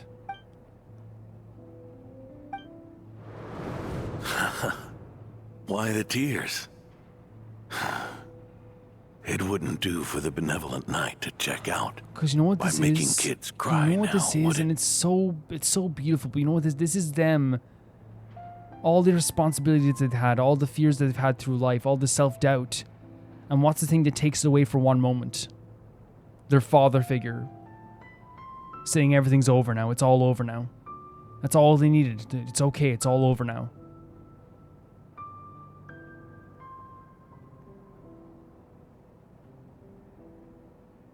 And they're just sitting there listening to, like, who is their father figure. Promise me, you'll see me off with a smile. Oh, Jesus Christ. This is insane. This is insane.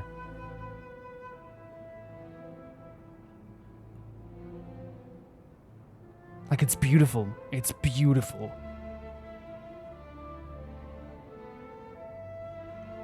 It's gorgeous. That's what it is. Amongst all this pain, there's this beauty in this as well. He just wants to see, basically, let's just be honest, he just wants to see, like, two people that were, like, you know, children to him, his own children to him, smile before he goes.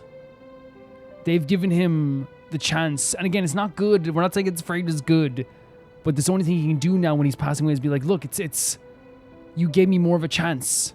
I just don't want to. Watch you. Oh my God.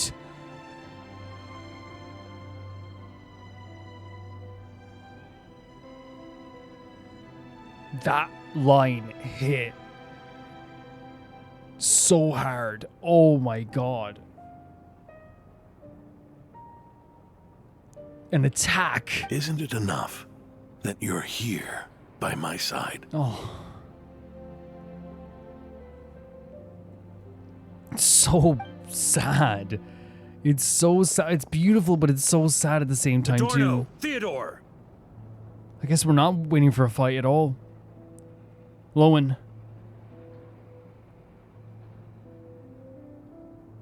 This issue has been resolved, I take it? Isn't that interesting that it was going to be a fight? That it was going to be a fight, but it actually turned into being resolved by a touch. By a reassurance. Not entirely. Wait, there is a monster, there's a creature? There's maybe like some experimented on creature? What was that sound? I knew it. You had to stimulate Ursa's flesh beyond the high-risk threshold to extract the necessary serum. Wait, what? If its power is allowed to continue overflowing, all nearby life forms will be affected. Oh no. Just like the plants here and those monsters we saw earlier. There's a really ominous beat in the background now. Why are you still trying to act tough? You can barely lift a finger right now, can you? I know that Like feeling. when he fought with Maria, right? That's when he felt that same feeling. Hand it over, and then get out of the way and watch. The key to the underground is in the lining of my coat. So there's... but they're not saying that Ursa's there, right? Because they said Please. stimulate Ursa. Destroy Ursa the Drake's flesh. And its power. Yeah, so it's his flesh. It's not just Ursa, because I thought we were about to fight Ursa. Goodbye, Adorno. Oh my God! And again, like they had their goodbyes here as well. It's such a powerful, again, beautifully but sad moment as well. Go. That power was never meant to linger in this world.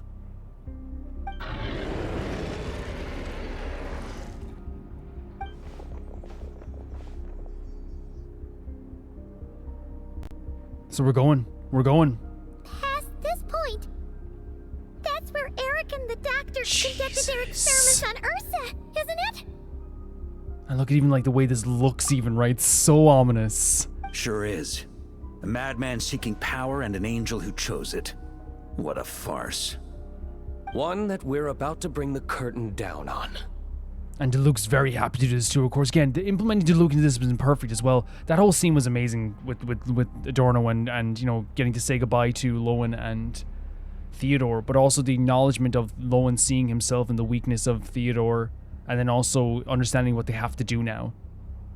They have to put a close to this. Ursa the Drake's residual power is not to be underestimated. Eyes on the prize, everyone. This will be a tough fight. This is insane, because when they said we're ready for a fight, I thought like, oh, it's over.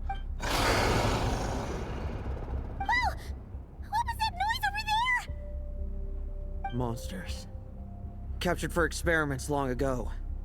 They survived until now thanks to the doctor's apparatus and Ursa's power. I added quite a few to their number myself. Looks like they're getting restless. That's you see what I'm talking about when we said that, like, again, the same thing that Varka says with too, that like there's something that probably there will be a lot of recourse after as well, but we also have to acknowledge the wrongdoings as well. We have to. We have to. Are you sure your cages are sturdy? We could do without them complicating our fight with Ursa. That's foreshadowing. Well, if they were sturdy, I wouldn't have had to work so hard to clean up previous escapees. Right. But don't worry, they won't disturb you. I guarantee it. Are you planning to... The ambitions of old subordinates. Revenge for beloved family. Those are your grudges to settle, are they And they're acknowledging that as well, right? Varka wants to make sure this never happens again. Diluc wants to, like, get his own revenge, which he deserves too. In much the same manner. You just leave the monsters I captured to me. And he's trying to get rid of the thing that his cross to bear. The fact that he caught so many of these creatures now. Getting rid of them now is the most humane thing you could ever do. Oh, one last thing. Vice Captain of the Knights of Favonius, 5th Company, requesting permission to attack. Oh my god, he's fully into the night role. Ha! Finally reporting in before you spill tea, huh? That must be so huge for Varka as well. Give him hell, Loen. Ah, that's so cool. I actually reported in and said, do I have permission to attack? And don't die. That's an order. Sick. So sick. Oh my god, so sick. So sick. Varka's so sick. In that case, please dispose of Ursa at your earliest convenience. That's so sick. It's like legit a soldier who never reports for duty, who never talks about his honor as a knight, but does it here in these moments before this battle as well. And Varka loves it. You can tell Varka loves it. What a shot. Traveler?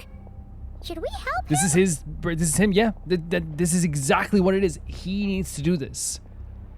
And again, it's when we talk about the idea of like making amends and doing the right thing in the end, right? And putting this best foot forward. He needs to be allowed to do this for himself. And I know it's a different story as well, but we talk about like, the amount of times that the Wanderer has saved us, right? And saved our lives. Like, he does that because he cares, right? But there's also an element too where it's like he developed feelings and care for everybody around him through the making of amends of like his own heart and mending his own heart by saving people, by giving advice to people, by becoming friends with Paimon, all these different things. These are stuff that he means and he actually loves to do now. But it started off as making amends and became like, oh, I actually like care about these people and want to help them, you know? So I do think it is like a similar story in a way of like, again, putting your best foot forward. Oh, looks like that kid's friendship fee wasn't a complete waste after all, huh? Can he handle them all? Trust him just as he trusts us. Yep, best way to put it. After all, he's set to become the youngest captain since your appointment. Wow. Oh my god, the shot! Eric, Rarier, Dottore, and now Ursa. Guess I'm not destined to rise to such challenges. That's so interesting again. He's like, I didn't get to fight in these battles, but maybe that's not your place. But ordinary people, we have our own battles to fight. He's taking the whole thing of Rarier saying that you're just a mere mortal, and instead of using it as something that weakens him, it strengthens him. It's like, I have my own stuff to do as well. I have my own path in life. So go. Settle things with your obsessions. Once and for all! So freaking cool. This is so cool. This is so great. Holy hell. As I said, like, he's taking what Rarier said to him, and instead of being like, I'm no longer ordinary, I am, something supernatural. Instead, it's more like, yeah, I am ordinary, and we have our own battles to fight as well. I wasn't here for the big battles. I love this move. Look at this. It's so sick. I have my own battles to fight. I won't judge. So if I'm not mistaken what his moveset is. Things seem pretty intense over there too, huh? Maybe I'm wrong. Battle between legends Rift and Hounds. Now's no time for distractions. If I'm not mistaken what his moveset is that it attack. With me! Wait. They actually are fighting a dragon like this. I guess the flesh of Ursa. This image is crazy. Look at this. Your verdict is? What? Now, be gone! Man, okay, here's the thing, right? This is beautiful artwork. I wonder if people are gonna be like, I wish we got to see this. But this is, like, again, I'm a big sucker for this artwork, so.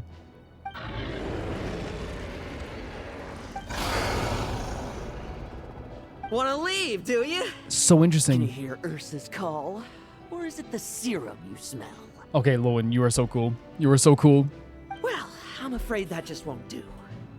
Behind me stand not only heroes who battle wicked dragons, but slow, fragile mortals too. Oh my god, Loen. So... Loen. Huh? Come at me. Each and every one Because of they're you. gonna be drawn to that as well. They will be drawn to this. He literally just made himself a target.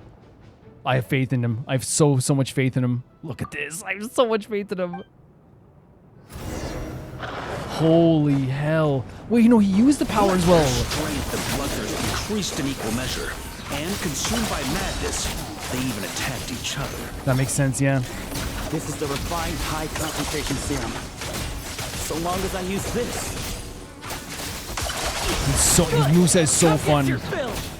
I think I'm wishing on Loen. I know we don't have enough. We'll save up. We'll save up. But it's consuming him like before. I don't know about using this stuff. I thought he was just breaking it. I don't know about using this stuff. You shall soon surpass the common clay of this world. You shall cross into the realm of the extraordinary. But that's not what you want, Loen, you know? That's not what Loen wants. Once, you believed you could control your fate by killing power. Is that Loen's, like, evil voice? Slow, weak, powerless. Don't give in to this. Use this, but don't give into it. Then, your paltry arrogance was smashed by power beyond reason. Wait, is this just Ursa? This might just be Ursa. Or is it... Except that we should send our strongest warrior to fight Nodcry's battles. You are not special. Oh. That is the truth. One you once thought you had accepted. Man, everyone's special once they're born. Don't give me that crap. Everyone's special once they're born. What do you want to do then? Let me just get that. Stand by and watch him die? Yet you will not suffer a mundane death to befall you. Loen, use this. Don't give in to this. Use this. You are not wrong. You never have been. Power is the It was Loen's evil voice. solution to all things. It is how we grasp destiny by the throat. Jesus It is Christ. how we resist even death. And he's facing those former ambitions. Oh my god, the face as well. He's facing those former ambitions right in front of him. You simply lack enough of it. Not even close. Unless you accept this gift. Loen. Again, it's crazy what they're doing here with this stuff. Powers are neither good nor evil. Have you not always believed No, I don't. I so? disagree with that one. It's how you, well, like, no, I do agree the power technically isn't evil, but it's how you use that power that can become evil. Carving up abysmal power, seeking aid from a coven of witches, leaning on divine favor. Yeah, but it's how they use it, though. There's differences here. It's how they use it. Is there any difference? Yes. Are mortals unworthy of There is power? 100% a difference. It's your intention and how you use them. Now then, accept my strength, my guidance. Oh my god, this is, again, it's such a great way of, like, illustrating, like, again, his, like, it almost feels like it is like his that ambitious side of himself, the one that he wanted before, the things that he wanted before, but he can't accept this. He can use this idea of him calling him an ordinary person, calling him weak, calling him powerless, and understanding that that's actually a strength sometimes. Let's go, Loen. Let's go. You're right. Power is just power. It's humanity's arrogance and stupidity that invite destruction. Exactly. What the? Loen? What did you just do? Not so talkative now. What did you just do, Loen? Base mediocrity. You spurn my counsel. Is he getting rid of the... What I desire, I'll take with my own 2 hands. If I accept your guidance, I wouldn't be the master Perfect. of that power. Perfect, Loen. Perfect. Would I? Be gone. I have no need for power. I don't control. It's such a healthy mindset. Did he just carve like the power of like this? Ow! Again, great imagery. Absolutely great imagery. But is he okay? He's so right, by the way. Like the power that he would have obtained, it wouldn't be his power. It'd be on the whims of some other power. He wouldn't be getting stronger. He wouldn't be getting more powerful. He wouldn't be getting it on his own means. Loen! Are you trying to burst my eardrums? I was just taking a quick nap. Oh my god. That's so Loen. You know. Never thought I'd hear you say something like that. In your hand, is that the Ursa serum? I didn't inject myself with it. Just used Right, it to okay. attract the That's what I was monsters. thinking. Can't exactly deal with out-of-control monsters when I'm going berserk myself. So I guess it was just can like as he was fighting, it was just like what happened before it was closing in on him as well. Yeah, so that's what I thought he was drawing in. Okay, I was right. Plus, wouldn't want you finishing off Ursa just to turn around and have to deal with me. Wouldn't be nice. There's still a little in my system from previous experiments, though. That stuff gives you a real headache. So that's what happened. Yeah, okay. That's fair. Ursa's flesh has been destroyed. There shouldn't be any further risk of What a activation. freaking incredible scene that was. Him like cut. I'm guessing he cut out the power like out of his hands so like he could separate himself from that other version of Loen. I see. Totally obliterated, huh? It's interesting they did it off camera, and I wonder if that is just to be like to allow Loen to do his own task with acknowledging the fact that something is happening that we can't see and Loen can't see, and he has to be okay with that. You know, he has to be okay that other people are doing the final battle while he's doing this the other stuff. What about Adorno and Theodore? A reinforcement showed up. I had the knights escort them back.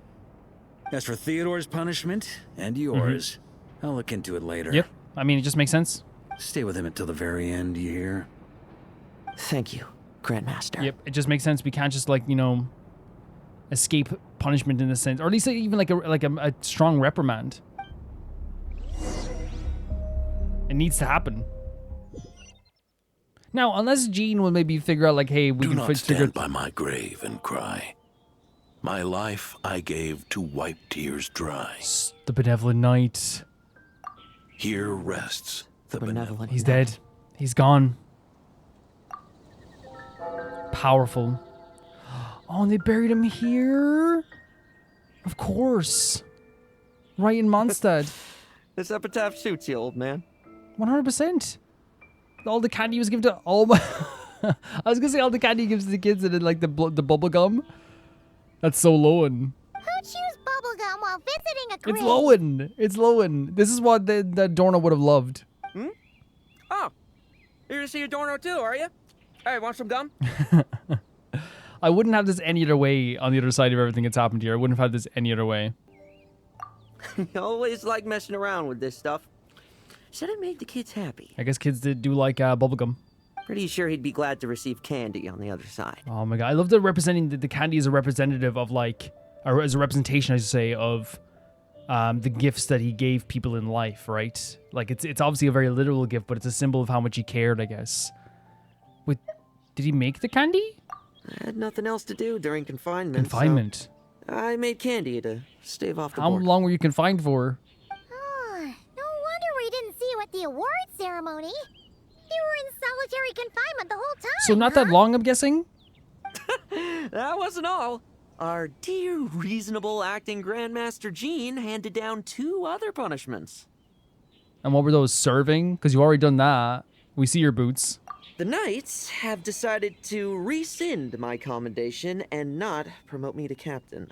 This, in the grand scheme of things, makes perfect sense. The title of Benevolent Knight is to be buried with Adorno. The position of 5th Company Captain will also remain vacant. Just makes for sense. the time being. Just makes, it's just, there's nothing about that doesn't make sense. Is that really okay? To quote Varka, look, Mondstadt did just fine for a long time with only an acting Grandmaster, Just fine? right? Dude, she's like twice the Grandmaster you'll ever be. He sure can be persuasive when he wants to be. And it's all the more so for the title of Benevolent Knight. I will not allow anyone unworthy to inherit it, even if the unworthy successor is me. And so he sees it as an important thing now to carry on Adorno. Come on, suddenly felt like that title suited you for a second. Must have been her imagination, eh? You think so? I prefer a different title, really. The ends justify the means knight. The a win is a win knight. The punching bag knight. Sounds all right, Where'd too. you hear that one?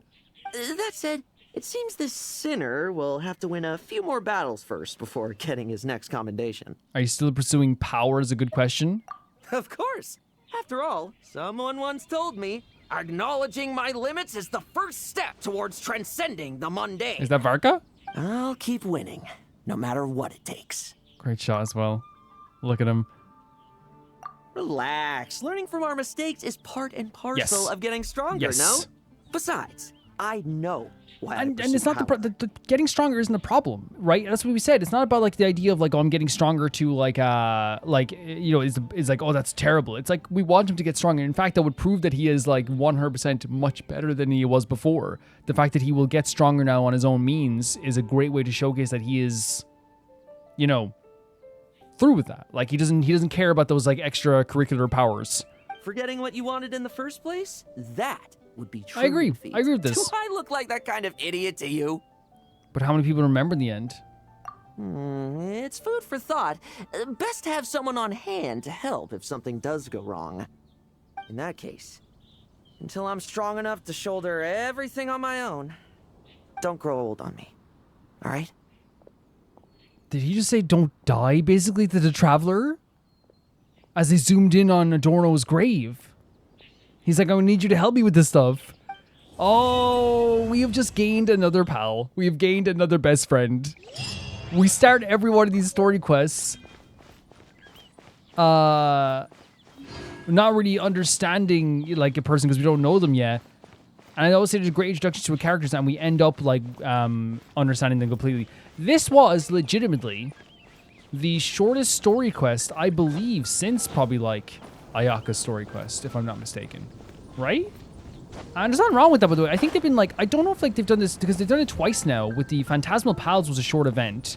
And this was a shorter story quest for sure. Because usually story quests for me are like 4 hours. Then the post discussion usually is like, it makes it like a bit longer. This was 3 hours for me, which means that that's Calvin time. So I imagine that would be like, what, an hour and a half maybe? Because usually I double things with how much I yap. So I'm guessing maybe an hour and a half for you guys. You know, since you won't be Let's Playing, I guess. Maybe. You guys can let me know anyway. But yeah, there's nothing wrong with that. I think that, like, I think Genshin understands pacing very well. And I think that what they're seeing here now over this and the last, the event for Phantasmal Pals and this, I think is, let's just be real, like, it's one of those things where, like, as I said during the time, I did not mind and would not mind a longer quest. We love the Archon quest. The Archon quest stretch of Act 1 to 10 was one of the longest stretches of quests ever in Genshin. In fact, the longest stretch of, like, factually so, right? And I was ready to, like, you know, I was ready to do anything at that time as well, but I generally think that, like, it's, I always use Air Fryer as an example. I didn't know I needed these two short, breezy, beautiful quests. It still had a lot of emotions in them and a lot of importance, but were a lot shorter and a lot breezier. I didn't know I needed them until they gave them to me. And I think it's one of those things where it's like, I love those long quests. But then it's like, when we got these shorter quests, it was like, oh, they're trying to like make things a little bit breezy for a bit. Like, not that the emotions are breezier. Like the Phantasmal Pals was also very emotional. But it definitely feels like they are trying to pace it a little bit where it's like, okay, here you go. Here's something a little bit smaller, right? A little bit shorter. Which, again, there's nothing wrong with that whatsoever. Nothing wrong with it whatsoever. But I think, though, too, I want to give Genshin credit because I think that the pacing is always good for me personally. I know some people have a problem with some of the pacing of the stories. Like in Izuma, for example, I can totally see that what people might have a problem with the pacing with that as well. And I think, you know, people say, well, Calvin, you played in parts, so it's not really fair to say, like, you know, talk about pacing. That's totally true, too. Like, I usually play, like, Archon quests and longer quests in parts, so, like the R&R quests. So, like, I can't, like, my my opinion on that is usually based on like a Let's Player, which again, you can't base your opinion on a Let's Player on everything. That's the way, like, I hear some Let's Players do this sometimes when they're like, man, this is too long, and like, they should realize that like I have to play their games too. And it's like, bro, like, the day Genshin makes games just for Let's Players is the day that I want to cry. You know? They make their game, and I wanted to make it in a vacuum like there's no other games that exist in the world. You know what I mean? And I think that's what Genshin do. I think Genshin didn't just go, let's make a shorter quest to, you know, just so we can have 2 shorter quests. I think they had ideas that were like, oh yeah, we can get this done in like this amount of time. Let's place them here, and it actually work out really well. You know what I mean? It's like they didn't just do a short quest for the sake of a short quest and cut things out. They had 2 short ideas that could be done in a shorter time and said, oh, let's place them here right after we did like some of the longest and most painful and craziest quests we've ever done. I have to admit, like, and people might be like, Calvin, they don't think that far ahead or whatever. Like, I do. I think they do. I think people don't realize how good Genshin are at storytelling and good at pacing as well. Okay, so we have. I will do the trials at some point as well. Maybe we could do like a cleanup thing as well, because it's one of those things where I'm wondering when we can get the trials done. These trials would be very easy to do, by the way, I think. They would be very easy to do. We might do them in a different video for some other thing as well. Yeah. Let's do a few wishes, though. I don't want my... Should I check my history? We don't have nearly enough pity, by the way. We don't have nearly enough pity. Let's see. So 2...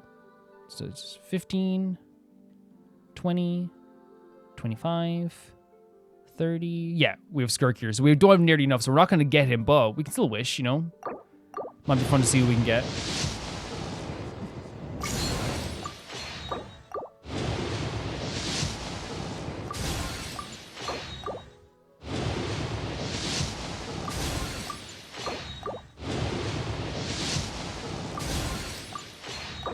Because again, even like this, if there's like a thing where you can build up pity as well. Okay, we got the float. And we can buy 2 more wishes as well, also too. Yeah, I'll buy 2 more wishes, then we'll have a conversation. Yeah, I will do the trials. I'm just thinking what the best time to do them would be. We could... I'll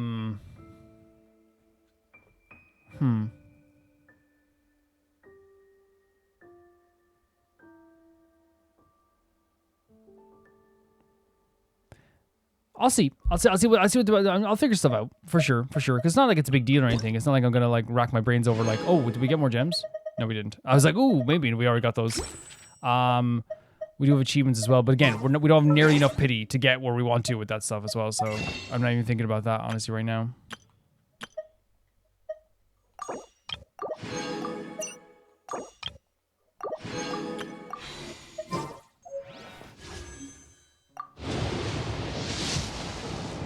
Yeah, I know there's like a small percentage chance we can get Loen. Honestly, like, actually, I might just add Loen's trial to the end of this quest. I'm good with that. Yeah, we can do it now.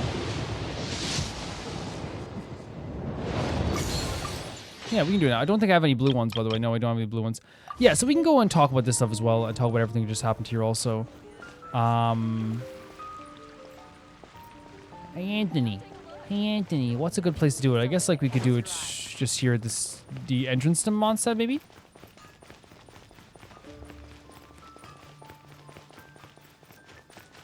Yeah, so what I'll do is we'll have a little post-discussion here, talk about everything that I think about this whole quest. And then we can do the trials. And yeah, because this thing is like, I think this will be the only... I've started to do that as well, where it's like, you know, I don't want to ever like overload anything. Not that I started, I always like want to make sure I'm only doing like what I want to do, but like even more lately when it comes to Genshin, it's like if I don't have like something to do like on the other, you know, idea for now, I usually go like, okay, let's just not ever force anything, you know what I mean? And it wasn't about like the idea of like, oh, I didn't want to do something. It was usually just like, oh, let's come up with an idea right now. Let's see what I can do. And then I go, oh, I really want to do that. But instead I just let everything kind of come naturally of like, oh, I would love to do that now, you know? Like I want to do a revisit into the online gameplay stuff with the Wonderland stuff. Is that what it's called? I want to do that as well. The Malastra Wonderland. I want to do that at some point. So maybe we'll do that like next week or something. I don't know. Yeah. Why don't we have some meat? This to me like was really great. And I think what a fantastic way to follow up the story of Dotori, then have a story that's kind of like about the remnants of like Erok and like Dotori and the injection and the experimentations that happens on like these people as well. I actually think it was like a really well done idea, and a really, again, we say a follow up, like it's like a really great way. It's such a great way. It's such a great way of like showing the effects that Dotori had in this world, that Erok had in this world, that they're still lingering, right? Of course they're still lingering, of course. But it wasn't just about like Dotori. I want to make that clear. I was just saying it's great to have a follow up in this as well, right? So we're like, it's fresh in our mind. This was about two characters named Theodore and Lohen, who quickly became some of the most tragic characters, to then being some like the most beautifully hopeful characters as well in the end. Loen as a character and Theodore as characters were both about to be experimented on by Dotori and Erok.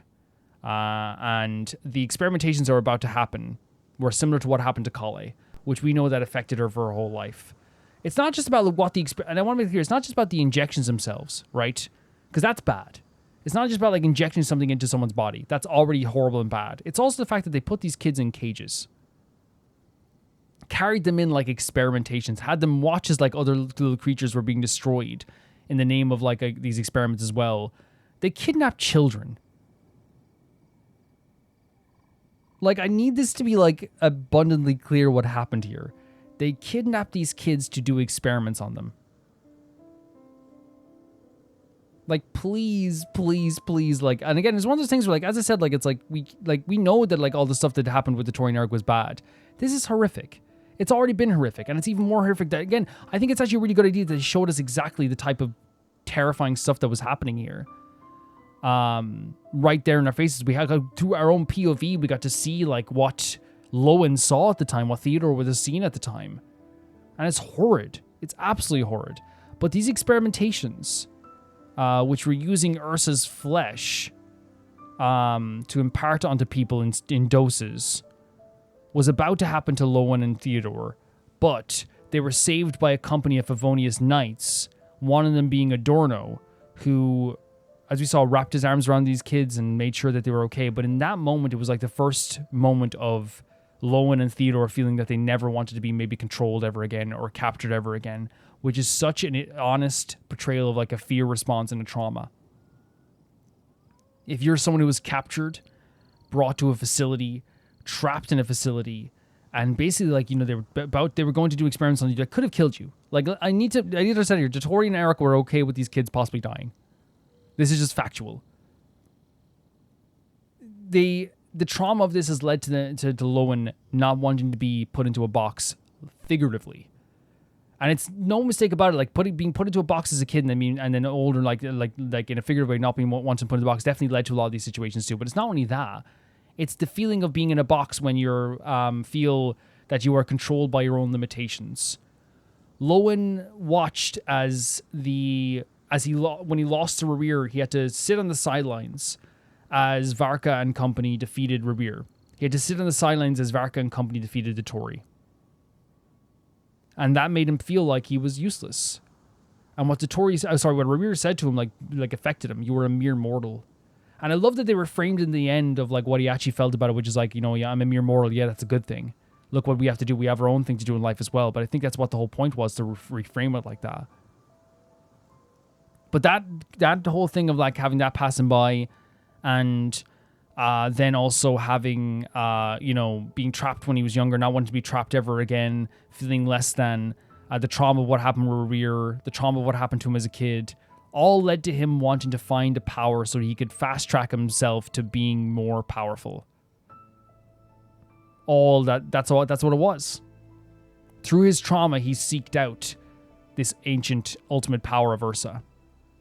And then Theodore, on the other hand, did not want Adorno to die. So he started it seems, putting, different parts of Ursa's experimentation in his food, but he started experimenting on himself. But then Loen took the brunt because he's like, I'm more powerful. Because he is technically more powerful. I can take the brunt. I'll take this experimentation. But we saw how it affected him. We saw what it did. And we saw what it led to as well. Like, we have to acknowledge, like, the actual, like, how this is wrong, right? And we did throughout this whole video as well, we acknowledge how it was wrong as well. Loen and Ursa, sorry, not Loen and Ursa, Loen and Theodore, they use this power to do different experimentations, trying to find the right dosage to save Adorno and to save his life. But in the process, it was like this whole situation where Loen was just trying to get more powerful. And not seeing the forest from the trees, he didn't realize, again, how this could deathly affect somebody. And he watched as Adorno got attacked by the creature that escaped from the facility that they were experimented on. They were experimenting on this creature that escaped and attacked Adorno. And in that moment, Loen, I feel like, realized then and there,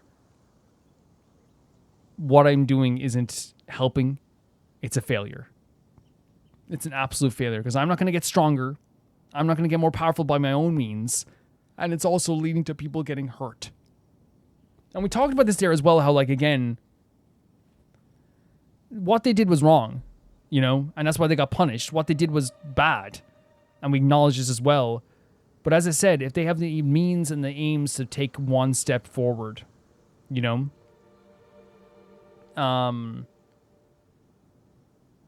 is 100% something that I can get behind 110%. 110%.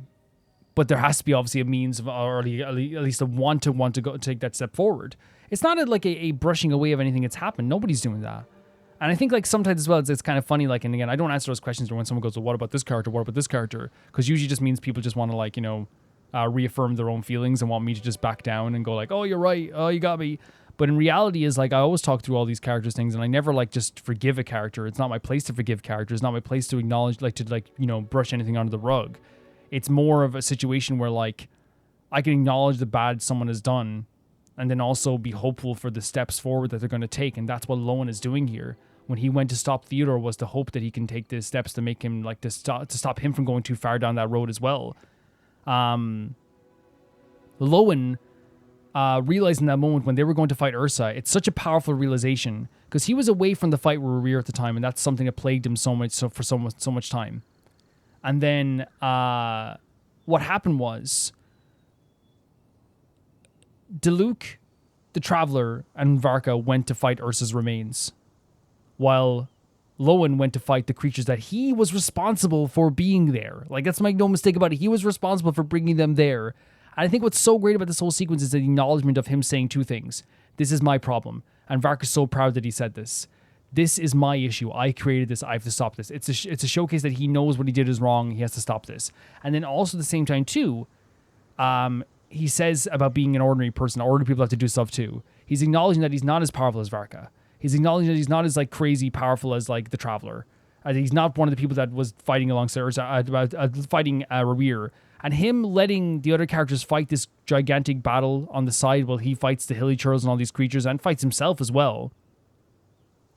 It's showing that he is willing now to accept the ideal that he doesn't have to be on the front lines all the time, and he doesn't have to be this ultra magnificent power all the time, but he can get to that point slowly, and it takes time. And that's why I love at the end of this as well. He acknowledges it's not just about, like, the idea of, like, giving up on, like, I don't want to be powerful or just want to be an ordinary person. He's like, I am an ordinary person, but that doesn't mean I can't strive to be more powerful. That doesn't mean I can't strive to be something better. And that's what he realized in those moments. It's like he wants to do this by his own means, and that's much better idea than injecting yourself with freaking Ursa's remains or flesh or whatever it is. I think intentionally they didn't show the fight with Ursa's remains, because that's the point. I think it's like to say, like while we have to sit there and only see, like, a still image of it, he has to be okay with the fact that there's a massive fight happening over there, like it was with Rear, and he's not involved. And that's a big part of growth.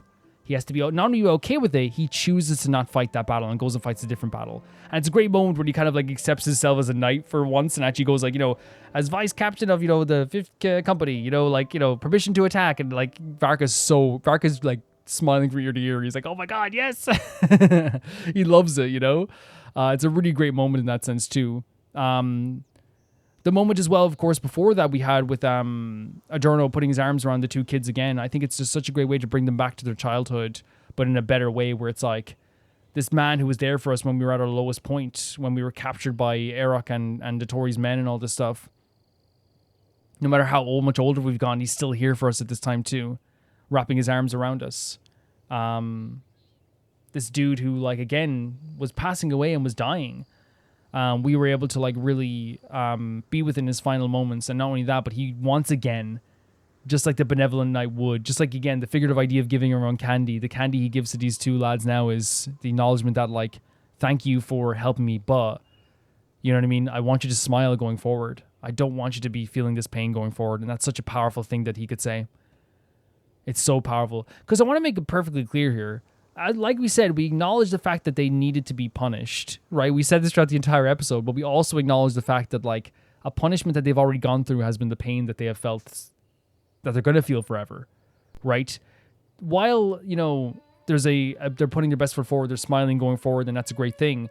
There's no doubt about it that Loen 110% feels pain looking at Adorno's grave. And here's the thing, they didn't cause Adorno's death directly. He was going to die.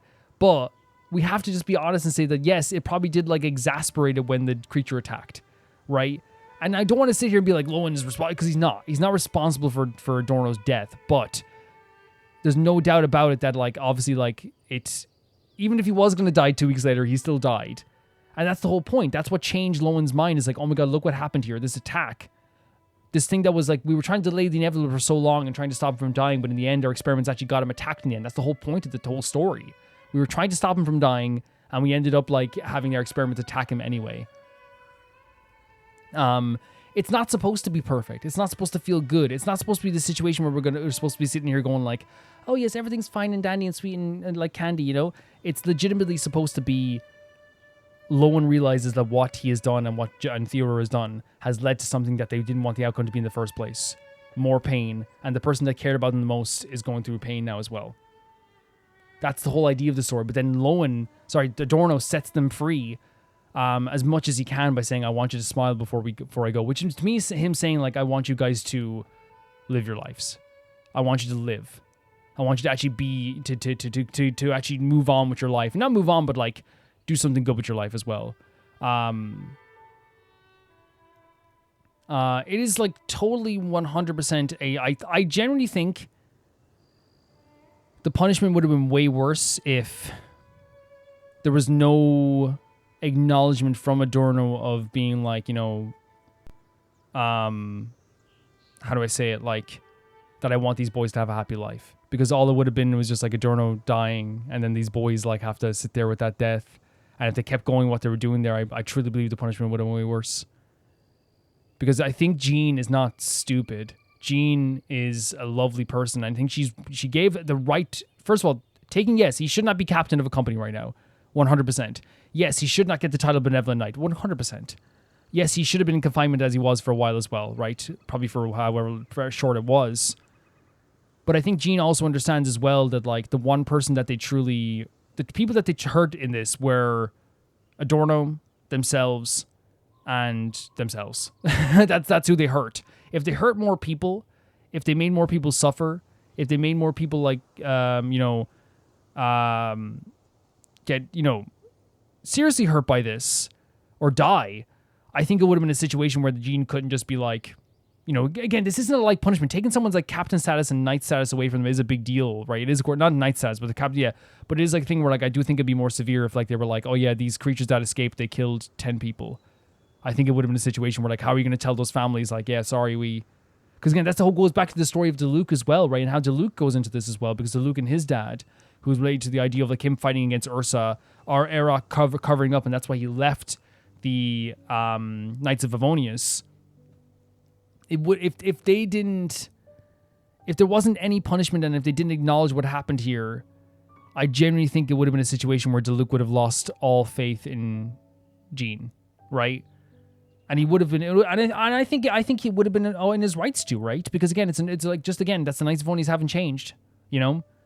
There's an acknowledgement here that everyone was going through pain, that Loen was going through pain, that Theodore was going through traumatic pain, and same with Loen, that Adorno was going through pain, and the three people that were hurt in this situation, like, all, you know, reconciled in the end. But there's also acknowledgement that this was wrong. And again, as I said, from Diluc's perspective, I'm sure he's probably happier like that. Because he's not a monster. I want to make it clear, he's not a monster. So, like, obviously he's probably happy that Loen and Theodore are okay. But also he's 100% like in his rights to, like, would be upset if, like, nothing happened. You know, you have no, like, it's like, dude, the same thing that you did with that Eric did with my dad. It's still happening. Yes, he probably would, like, bottle it up, but he probably would never look at Jean the same way again. Because again, the way they related to his story as well is so powerful. And I think that's, like, what they did very well in this whole story, was, like, relating the idea of, like, the idea of Loen's story to Diluc's story in a lot of ways, where it's like we talk about the idea of, you know, they both, Loen is on the same trajectory that Diluc was, right? But what we have here is where we have Loen who's using Ursa's remains in order to get more powerful, while Diluc's dad was the one who, like, fought back against Ursa and died. But I love how they brought Diluc into the story. Like, because again, if there's anyone who's going to be affected by the story and would want to be involved in the story, it is Diluc. And he knows exactly what was happening as well. He knows exactly what was happening with, not exactly, but he knew something was up with Loen. And I'm glad that he was one of the people that figured it out there as well. It was like a really well done sequence there when he figured out exactly what was happening with Loen. It was really well done. And not only that, but then also having Varka's, like, ambitions too. Like, of course, we have Diluc seeking revenge. Varka's like trying to, like, stop past ambitions with what happened with and evilness with Iraq as well.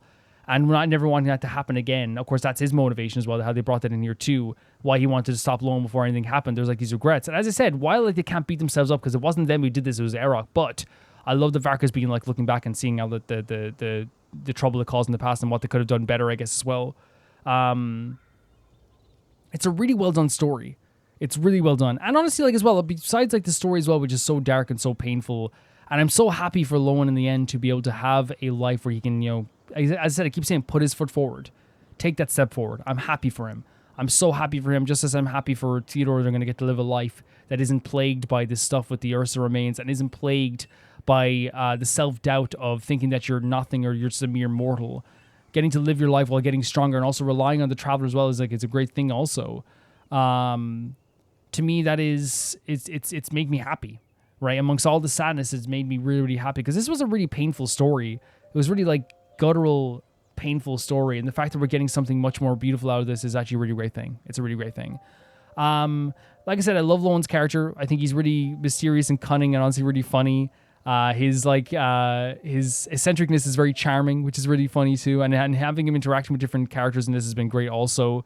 I hope we get to see more of him. Actually, we probably will get to see more of him, but it's really great to see him as he is now. Just a really funny and charming character. This story quest also, I liked a lot. And I think it's one of those things where, like, I think Genshin does story quests in such an amazing way where there's, like, this contained story that also has, like, remnants of the other parts of the world, whether it be Diluc's dad or Varka's regrets of what happened with Diluc's dad and Iraq. And then also the stuff with, like, the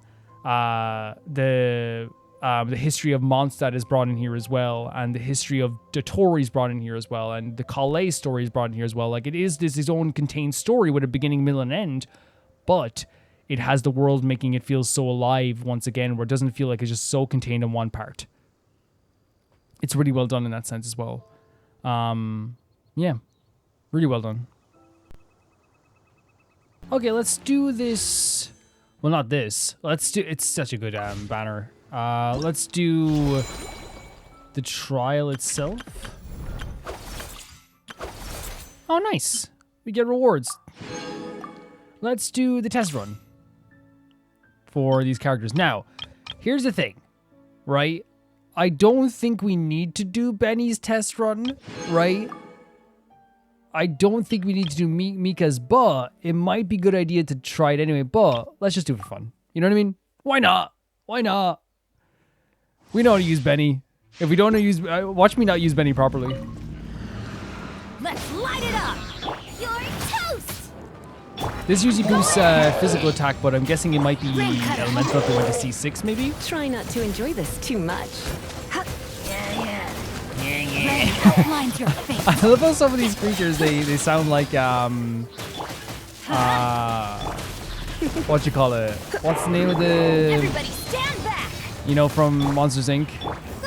Mike Wazowski, you know that one? You're in for a little shock. Adventure Even if I'm not using my boy right, I still feel like he's very effective in my battles. You know what I mean? I'm going in! No, my soul! That's fine. You know what I mean? Let's do the Mika one. I believe I might not remember the Mika one fully, but I think the Mika one, if maybe I'm wrong here. Mika is about like tapping the thing and then like it boosts people's attack. I believe it's kind of like yeah. We'll see. Tapping Mika's elemental skill will allow him to fire a flow frost arrow that can pierce opponents. Holding his elemental skill will allow him to aim and fire a Rhyme Star flare at the targeted foe. The Rhyme Star flare will split into shards that can be launched at other opponents. I didn't know that. After casting his elemental skill, he will grant to active party members the Soul Wind state, which increases their attack speed. While they're on the field, after he unlocks certain passive talents, Soul Wind can also provide physical damage bonus based on the number of opponents hit with Mika's elemental skill. Mika's elemental burst can restore HP for all party members.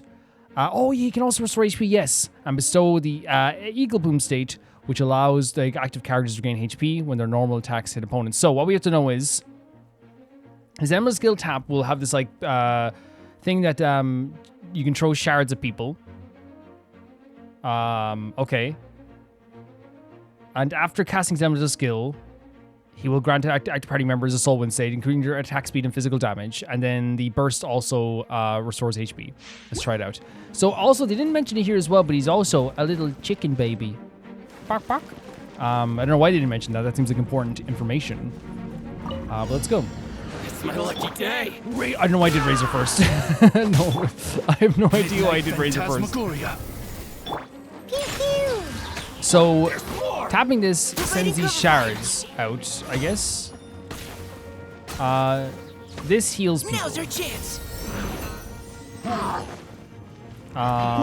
Keep your cool. Oh, Mika.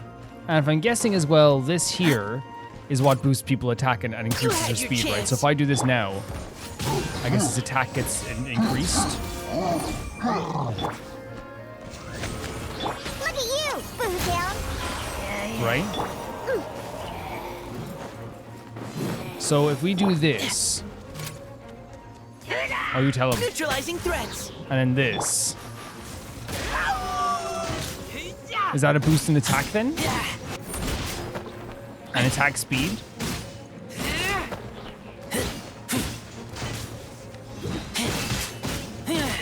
I guess? It's been a hell of a while before I even... Because I remember like when I got Mika, people were legitimately, understandably, probably suggesting like, hey, you should probably use Mika. Because I think at the time it was because of Eula, I believe, because people were like, you should definitely use Mika and get, because I think if you have a C2 for it, that'd be pretty good. I don't know why I switched again. Like, generally, it's so funny because that was like one of the early frustrations people had with the playthrough, which is such an understandable frustration, was that I would switch too early. You know, obviously when I say understandable frustration, I don't mean anyone who's kind of like, what the hell, buddy? But yeah, yeah, I guess I don't know how to use it because again, as I said, it's been so long. I think people suggested to use them based on like me having Eula, but I've been using that work, I think. Leave the wounded to me. Yeah. Okay. Yeah. So I might not understand it fully, but I think I get the general idea. It's just I'm not very good at using him. That's the problem. And then we have Malvika, which, by the way, very fun. Very fun. The trial, if I remember correctly, we get to like go on the bike and stuff. Malvika's elemental skill summons forth all fire elements to fight alongside her. Tap to have the Ring of Searing Radiance manifest and continuously deal pyro damage to nearby opponents. And hold to have Malvika's Rider Flame Strider, converting her normal charge and plunging attack into pyro damage. Her elemental burst is not reliant on elemental energy when sending on Fighting Spirit. When nearby characters consume Night Soul points or their normal attacks hit opponents, Malvika will gain a Fighting Spirit. When she has above 50% Fighting Spirit, Malvika can unleash her elemental burst to deal AoE pyro damage and activate the Crucible of Death. and life state. During this time, her Flame Strider modes, normal and charge attack deal increased damage. So, okay. When she activates her elemental burst from Fighting Spirit, she deals AoE pyro damage. And she can increase damage as well. But to gain that, she has to gain through Night Soul points. And so true Night Soul points is how she gains more Fighting Spirit. Her elemental skill summons forth all armaments to fight alongside her.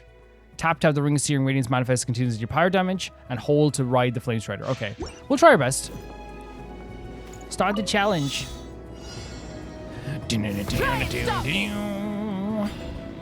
Right on my back. It's just so fun. It's just such a fun idea. And in fact, they contextualize this within the world as well, that how bikes exist. You know what I mean? Very fun. Like, this was just created by Loen. Man, Nalin is one of the most gorgeous places. I miss it every day. I really do. It was such like, and again, it's a colorful experience. I know, like, the whole point of the colorful experience as well is obviously to give you a beautiful, colorful world. But let's be honest here. It was also so when the Abyss attacked, like, you got depressed because it's like, what happened to my beautiful, beautiful world? You know? It changed the vibes entirely and intentionally so, right? Ah, I love being just here with my friends. Nothing bad is gonna... Ah! It's so sick. It's such a sick move. Go! You're free now! Don't get frostbite.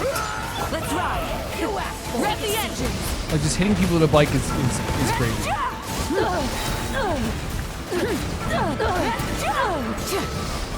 It's so crazy. I think she's one of those, yeah, she's one of those characters that's just, like, ultimately, like, always fun to use. I know we're not using our other teammates, but it feels like we don't have to right now. You know what I mean? Time to go. Oh my god, does he fly when you do that, when you activate him? Light up a blazing sun! So cool. Yeah, that's fine. We've done her trials before, and she's fantastic. She really is. But now it's the star of the show today. Someone who I already found his gameplay to be really good.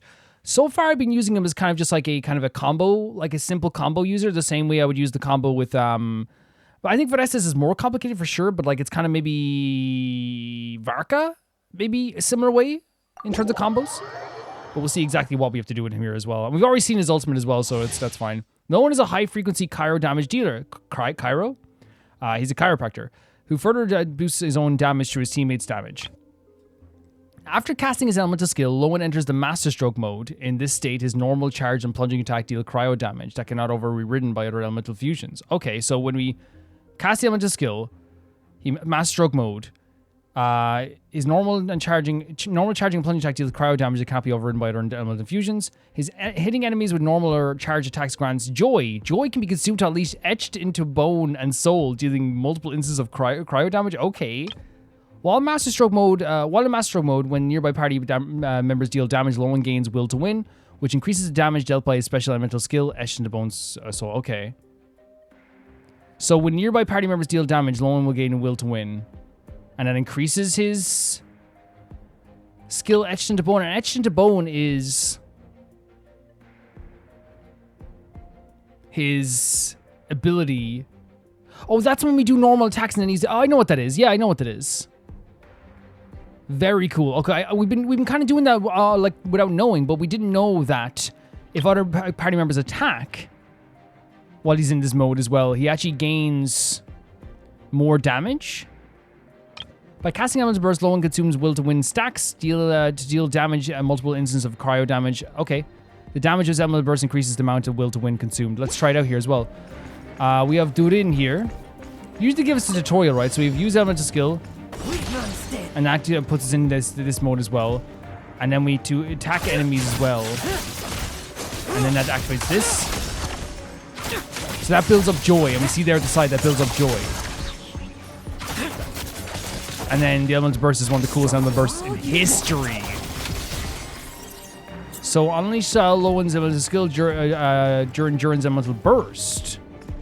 We what?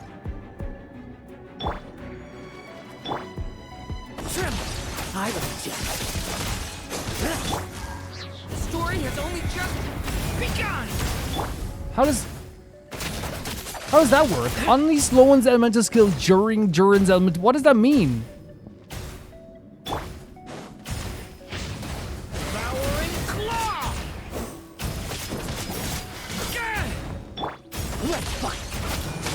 I don't know what that means. Oh, wait. I get what I get what you're saying. Okay.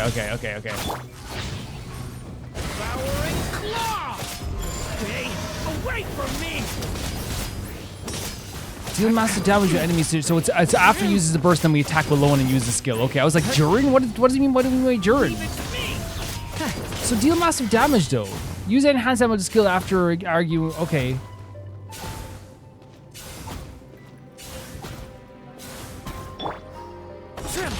I will. I'm not quite sure what that is. Decay! New life! Use massive damage to deal massive damage to enemies with Durin to gain more will to win for Loen.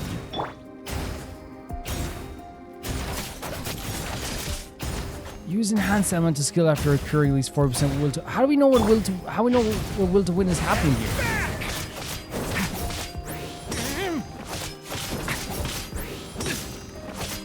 I'm so confused. How do I know the will to win is happening? Stay back!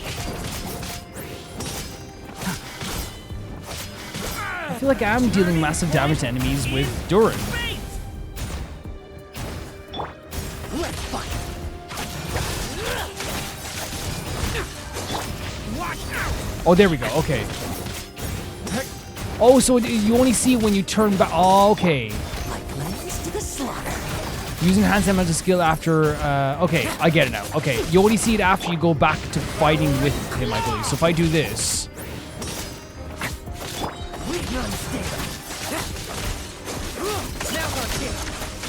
Use enhanced elemental skill after occurring at least 40% will to win.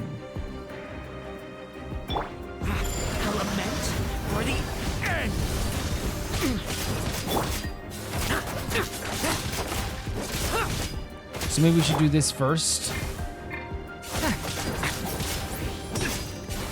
Is there a way to see the percentages of will to win?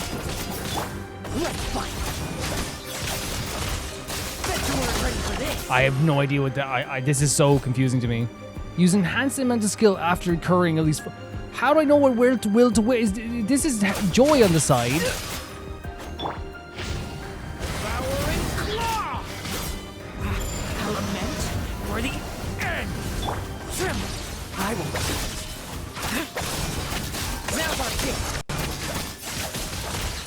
Like this? There. Okay. My bad. Okay, that's fine. Perfect. I get it now. Okay. I think the wording just made me a little bit confused because I was like, wait, what are you talking about? Like, use Durin's move? Like, it means like in the process of Durin's ultimate, I believe. So, for example, like this. Turning point in fate. No fairy tale will be for you.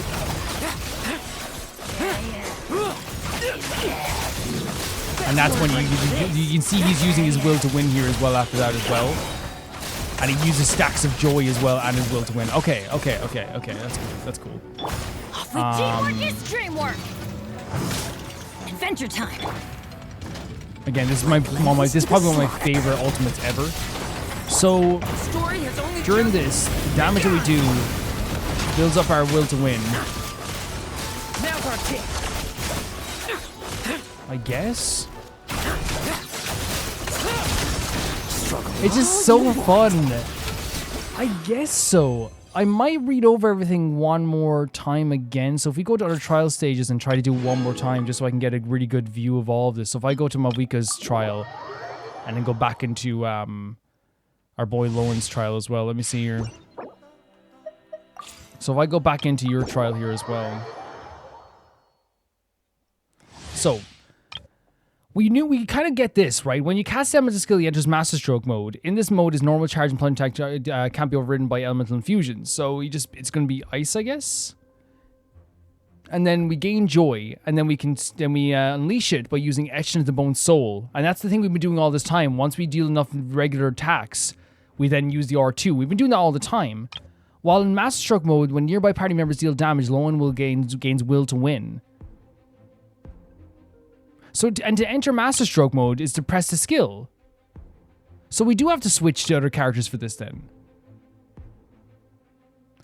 Or is it maybe residual damage? Which increase the damage dealt by elemental skill, etched into bone and soul. By casting elemental burst. And then we consume those will to win stacks.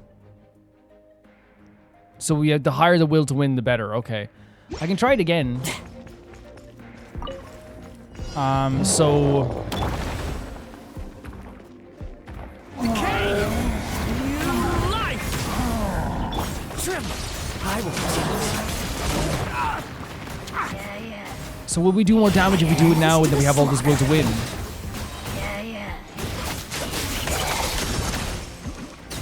Everybody stand back! Yeah, it's 100% the thing where, like, I know for a fact it's just me being confused. Story has only just begun! Leave none standing. Bet you weren't ready for this. Like, to me, it's just like one of those things where, like, I think I get in functionality what to do, but I don't get what I'm doing all the time. Like, you know what I mean? I feel like we did really well with Loen in the actual quest itself, but that doesn't mean we understood what we were doing. Does that make sense? Like, during the quest, we were ripping things apart and it was so fun to use. So I think I do get it now. It's residual damage. So if we activate this and this, I know we don't have to do this, but and then do this. This builds up the meter because there's residual damage happening, which allows us to do a special attack that does more damage as well. Right. So I think it's this again. So while that residual damage is happening, we build up the meter. You see the meter goes up there again as well. And then we get like, we do extra damage with our abilities like this. I think that's what it is. So you know what I thought it was from the wording? I thought the wording was that Loen had to tap a skill, then you switch to everyone else. Because it said while he's in that state, but it's actually afterwards. Yeah, that's my bad for getting the wording, the kind of feeling of it wrong, I guess. You see it kind of building up here as well, and then we use it to do a special attack. That's what it seems to be. So we do this again. Tap this. And you see it builds up there again, and we get to like spend that attack with extra damage because we've had our party members doing extra damage off field. Neutralizing threats. Like this here. Tap that, and then it builds up. And then we can use it like, yeah, okay. And that does extra damage. That's what I think it is. Perfect. Okay, I think I got that idea. What I'm going to do is just so we can have a clean ending to this. I'm going to go into this one, then go into the other one, then do the trial again and kind of see, like, you know, what we've learned from that as well. Because again, it is fun. It's just, I think the wording maybe for me was just like confusing, and that's definitely my bad. Because I was like, during Durin's case, like, would we tap it afterwards as well? Because, like, it's because I think it said here, it's like, where's about the, while in Masterstroke mode. So it's like, what? So that, I thought you already had to press it, then switch to party members, but that obviously wasn't working. So I was like, okay, maybe you have to do it afterwards. Yeah, that's my bad. That's totally my bad. So we have to go do this up here again. Activate this. Then we go into Masterstroke and you see it builds up. And then activate this, and then it's like damage. Right? Okay, perfect. Okay, perfect. I actually really like it. Teamwork is dreamwork. The story has only just begun. Leave none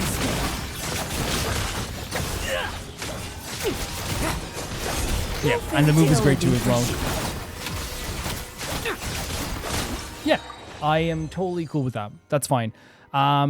It goes from being once you realize what's happening, it goes from being like, oh yeah, it's not confusing. It's actually quite fun, right? And of course, like you can say like afterwards, hindsight is 2020 to be like, oh, I wasn't confused. I was confused, but now I can look back and be like, okay, that was grand, you know. Now that we've done it, right? I'm not trying to say like, oh, I knew it all along. I'm saying that like, yes, I was confused, but then now that I understand it, it seems I understand it. It's actually quite fun, and he's a really fun character to use. I actually think he's great. I actually think he's a really great gameplay wise. Again, it's one of those characters too, I feel like I was doing fine within the battles because I didn't even know what was happening. But I imagine that like what he'd be good for is like, I say him and Xiangling would be fantastic, right? Him and Shangling, maybe Shangling, obviously Durand as well, but I'm trying to think about my own team as well. Like if I created a team with him as well, not that we're going to get to, but like I'm just trying to think here. Obviously Benny to strengthen attack as well. But he does more elemental, like he does more physical than elemental. Maybe would, official Shangling and maybe just a healer, maybe? Or a shielder, maybe? Would Nihida be good? Maybe. So official Shangling and maybe...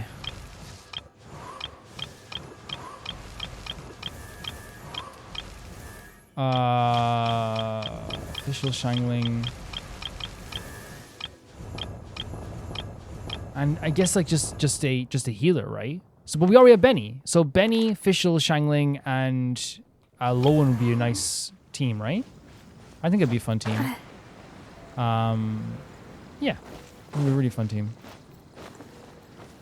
But yeah, that was this event, guys, and that was the trial as well. Also, in terms of like stuff I want to do going forward, I kind of want to. We already did that. Oh, this is what I was talking about. Yeah, like this is like this splash art is no wonder people told me to avoid it. Like it's literally just like, yeah, Spoiler City. But I want to try to do this stuff again. I really do. I want to see what this is like. Maybe we'll do that at some point. Next week though, I'm not sure. You've already seen what's happened previously. We might react to some trailers as well, like some character trailers. So maybe we'll see what happens. Maybe we could do this and also react to some character trailers. We'll see how it goes. I usually do like I've kind of turned into like as you've seen do like more often than not. If it's an Archon quest, of course, it's different. Or if there's like a multiple videos of one quest, that's different. Because usually it's one of those things where like, in terms of what's coming up in Genshin going forward, we're gonna be reacting to some character trailers very soon. And possibly going back to Master Wonderland at some point as well. I want to see what's going on with that again. We haven't been there in a while. I want to see how it's been updated and how like it's changed, if it has changed at all. I think I still have a joy from the first time we played there, and I would like to see like how everything is. Maybe stuff hasn't updated completely, but it's nice to like check in every once in a while as well. The way I do things with Genshin is, you guys know, it's like, okay, if we have an idea for the week, we'll do that. If we have 2 ideas for the week, we'll do that. If I only have 1 idea and I'm doing this thing here or there, it's like, okay, that's fine. And I feel like it's the best way to go about with Genshin, because Genshin will go from being like the most packed patch you've ever seen, like we had last patch, to being like, okay, this time around we have a story quest to do. And it's a great story quest, and it's an amazing story quest. Same with like the Phantasma Palace. We get to the Phantasma Palace event, right? They give us these really great events and quests and stuff I guess in between. But sometimes it'll be like, you know, downtime, and sometimes it'll be like really heavy sections. Like we still have Dane's quest to come up, right? Dane's quest has to come up at some point. We still have the summer event that has to come. Well, it doesn't have to, but I would love for it to appear. And then in August we have Shiznai, which is going to be massive. Shiznai is going to be so massive. So the way I always look at it is like, just take everything as it comes. I'm not going to be, you know, ever thinking, not that I ever would. It's all things just like, okay, whatever we're going to be doing is what we're doing. You know, whatever idea I have the week is what we're doing. Whatever patches out the week is what we're doing. Whatever quest, story quest, world quest, Archon quest that I want to do at that time, we're doing. And I think it's the best way to go about it, because I love Genshin so much, and I'm so happy that like after 2.5 years, I'm not even nearly burnt out. There's not even a feeling. And that you could say as well, that's because, Calvin, you do other stuff for Genshin on the channel, but I think that is probably the secret sauce, right? It's like, I imagine there's sometimes like, maybe a thing with people that maybe they do feel burnt out or whatever, they need to take a break or whatever. But I've never felt that. And I think it is because also, like, when I finish a Genshin video, I go on and record a Your Turn to Die video. You know what I mean? I'm not saying that's, again, channel-wise, that's not always the smartest thing to do, but, like, to be have that much variety, but, like, I think it's a good thing. And I'm not saying other creators have been burnt out, because, again, like, from what I know from other creators, you guys, like, you know, they're still as passionate as ever. We're 110%. But I'm just saying, for me personally, I think I always, like, I'm really good at, like, burnout prevention. And for me, it's always just like, whatever we have, I'm going to play. So I can be totally excited about it. I'm never going to force anything, never have forced anything. I never will force anything when it comes to Genshin. So whatever we're doing in the moment is what we're doing. But I think next week we're going to be doing some reactions to some character trailers so like Prune, I think, had a character trailer. I'm guessing N probably had one too. I'm guessing Lohen has one also, and we'll watch some of those together as well and talk about them as well. Of course, as well, I want to make this clear. It's not always like the easiest thing in the world to come up with like ideas that would be fun for Genshin. So if you have any ideas where you're like, oh, could you do this, could you do that? Please let me know, because usually it's like one of those things where it's like, oh, that's a really fun idea. That's really fun. Oh, that's a really cool idea, you know? And that's always a fun thing as well, you know? And as I said, coming up, reactions to character trailers. I want to go back to Master Wonderland. There's probably going to be another update coming up very soon. So we have a lot of things to look forward to. Upcoming Dane's Quest, as I said, probably summer event. Snezhnaya is on the horizon, like very, very close. Snezhnaya is like, what, like 2 months away? Not even. It's like 2 months away. I was shocked when someone told me it's coming in August in the comments. Like, yeah. So, as everything, take everything as it comes. Enjoy everything about Genshin. Never make it feel like it's an experience where we like have to do something. As I said, we never have done that. But I want to make sure we keep doing that going forward. Never treat it as is a thing where I have to like, have to. It's every week I want to do stuff with Genshin. Every week I want to have a Genshin video because I love Genshin. But I never have to feel like, oh, I have to do 2 videos this week because if I don't, then like I'm going to miss out. It's like, no, we take the Archon Quest so slowly. By the time I finish Archon Quest, guys, you guys know, I'm like well behind. Everyone else has already done this, you know? But like the Loen Quest, for example, by the time I finish this and upload it, I guarantee you like there's already been like, you know, so many playthroughs. I'm not trying to be like everyone's like, you know, oh, everyone's like, you know, rushing it out. That's not what I'm saying. I'm saying other creators like obviously like our main Genshin channels. They are like specific Genshin streamers or channels and stuff like that too. It's not that they're not taking their time or anything. I'm never saying that because again, I don't watch other Genshin players, so I can't really say if they're doing that or not. That's not my perspective to give on that, right? But I'm just going to only speak from my experience. And what I always want to do is just the plain and simple thing is we're going to take our time. We're taking everything as it comes. We're enjoying everything. We're taking everything smooth. And it's going to be an enjoyable experience. And it has been an enjoyable experience before, but it's going to continue being that as well. That being said, I'm excited for things to get really busy again and again, you know? Because we've had really, like, some really cool... The past 2 quests, the Phantasmal Pals and this has been, like, a nice little, like, shorter cooldown quests. But I'm also kind of excited to get back into the kind of the craziness. You know, the really big, like... crazy quest as well. Not that the stuff that happened in this quest wasn't crazy. Like, this was a dark quest. But you know what I'm saying. I'm excited to go to Snezhnaya. I'm excited to see what the summer event can be. I'm excited to see what the Dane's Left quest could be. I'm excited. You know, I'm really excited. Guys, if you want to see these videos there, you can do so on YouTube members or on Patreon. And that is for €1, whatever is in your currency. That's the lowest tier on YouTube members and Patreon. If you want to hear your name read out at the ending... see your name in the text credits it's going by right now. That is the €10 tier. The chunky baby gangsta tier. And if you want to pledge the highest tier on Patreon YouTube members, that is the €15 tier at the Never Can Repay the Baby Gangsta tier on Patreon and YouTube members. That is €15, as I said. But I want to say thank you first to the patrons at the highest tier, that being Ty Pharaoh 2, Jamie Bull, Janet the Banana, The Ghost of Inazuma, Delicious Felix, Yuld, Anusta, Assassin, True Peanut Butter, Peter Selson, Leon, Heike Kasparian, Neo Showerite, Leah 200, Malcolm Hyundai, Axler21, and at the highest tier of my YouTube members, Blasco and Lusanagi. See you guys soon. Bye-bye.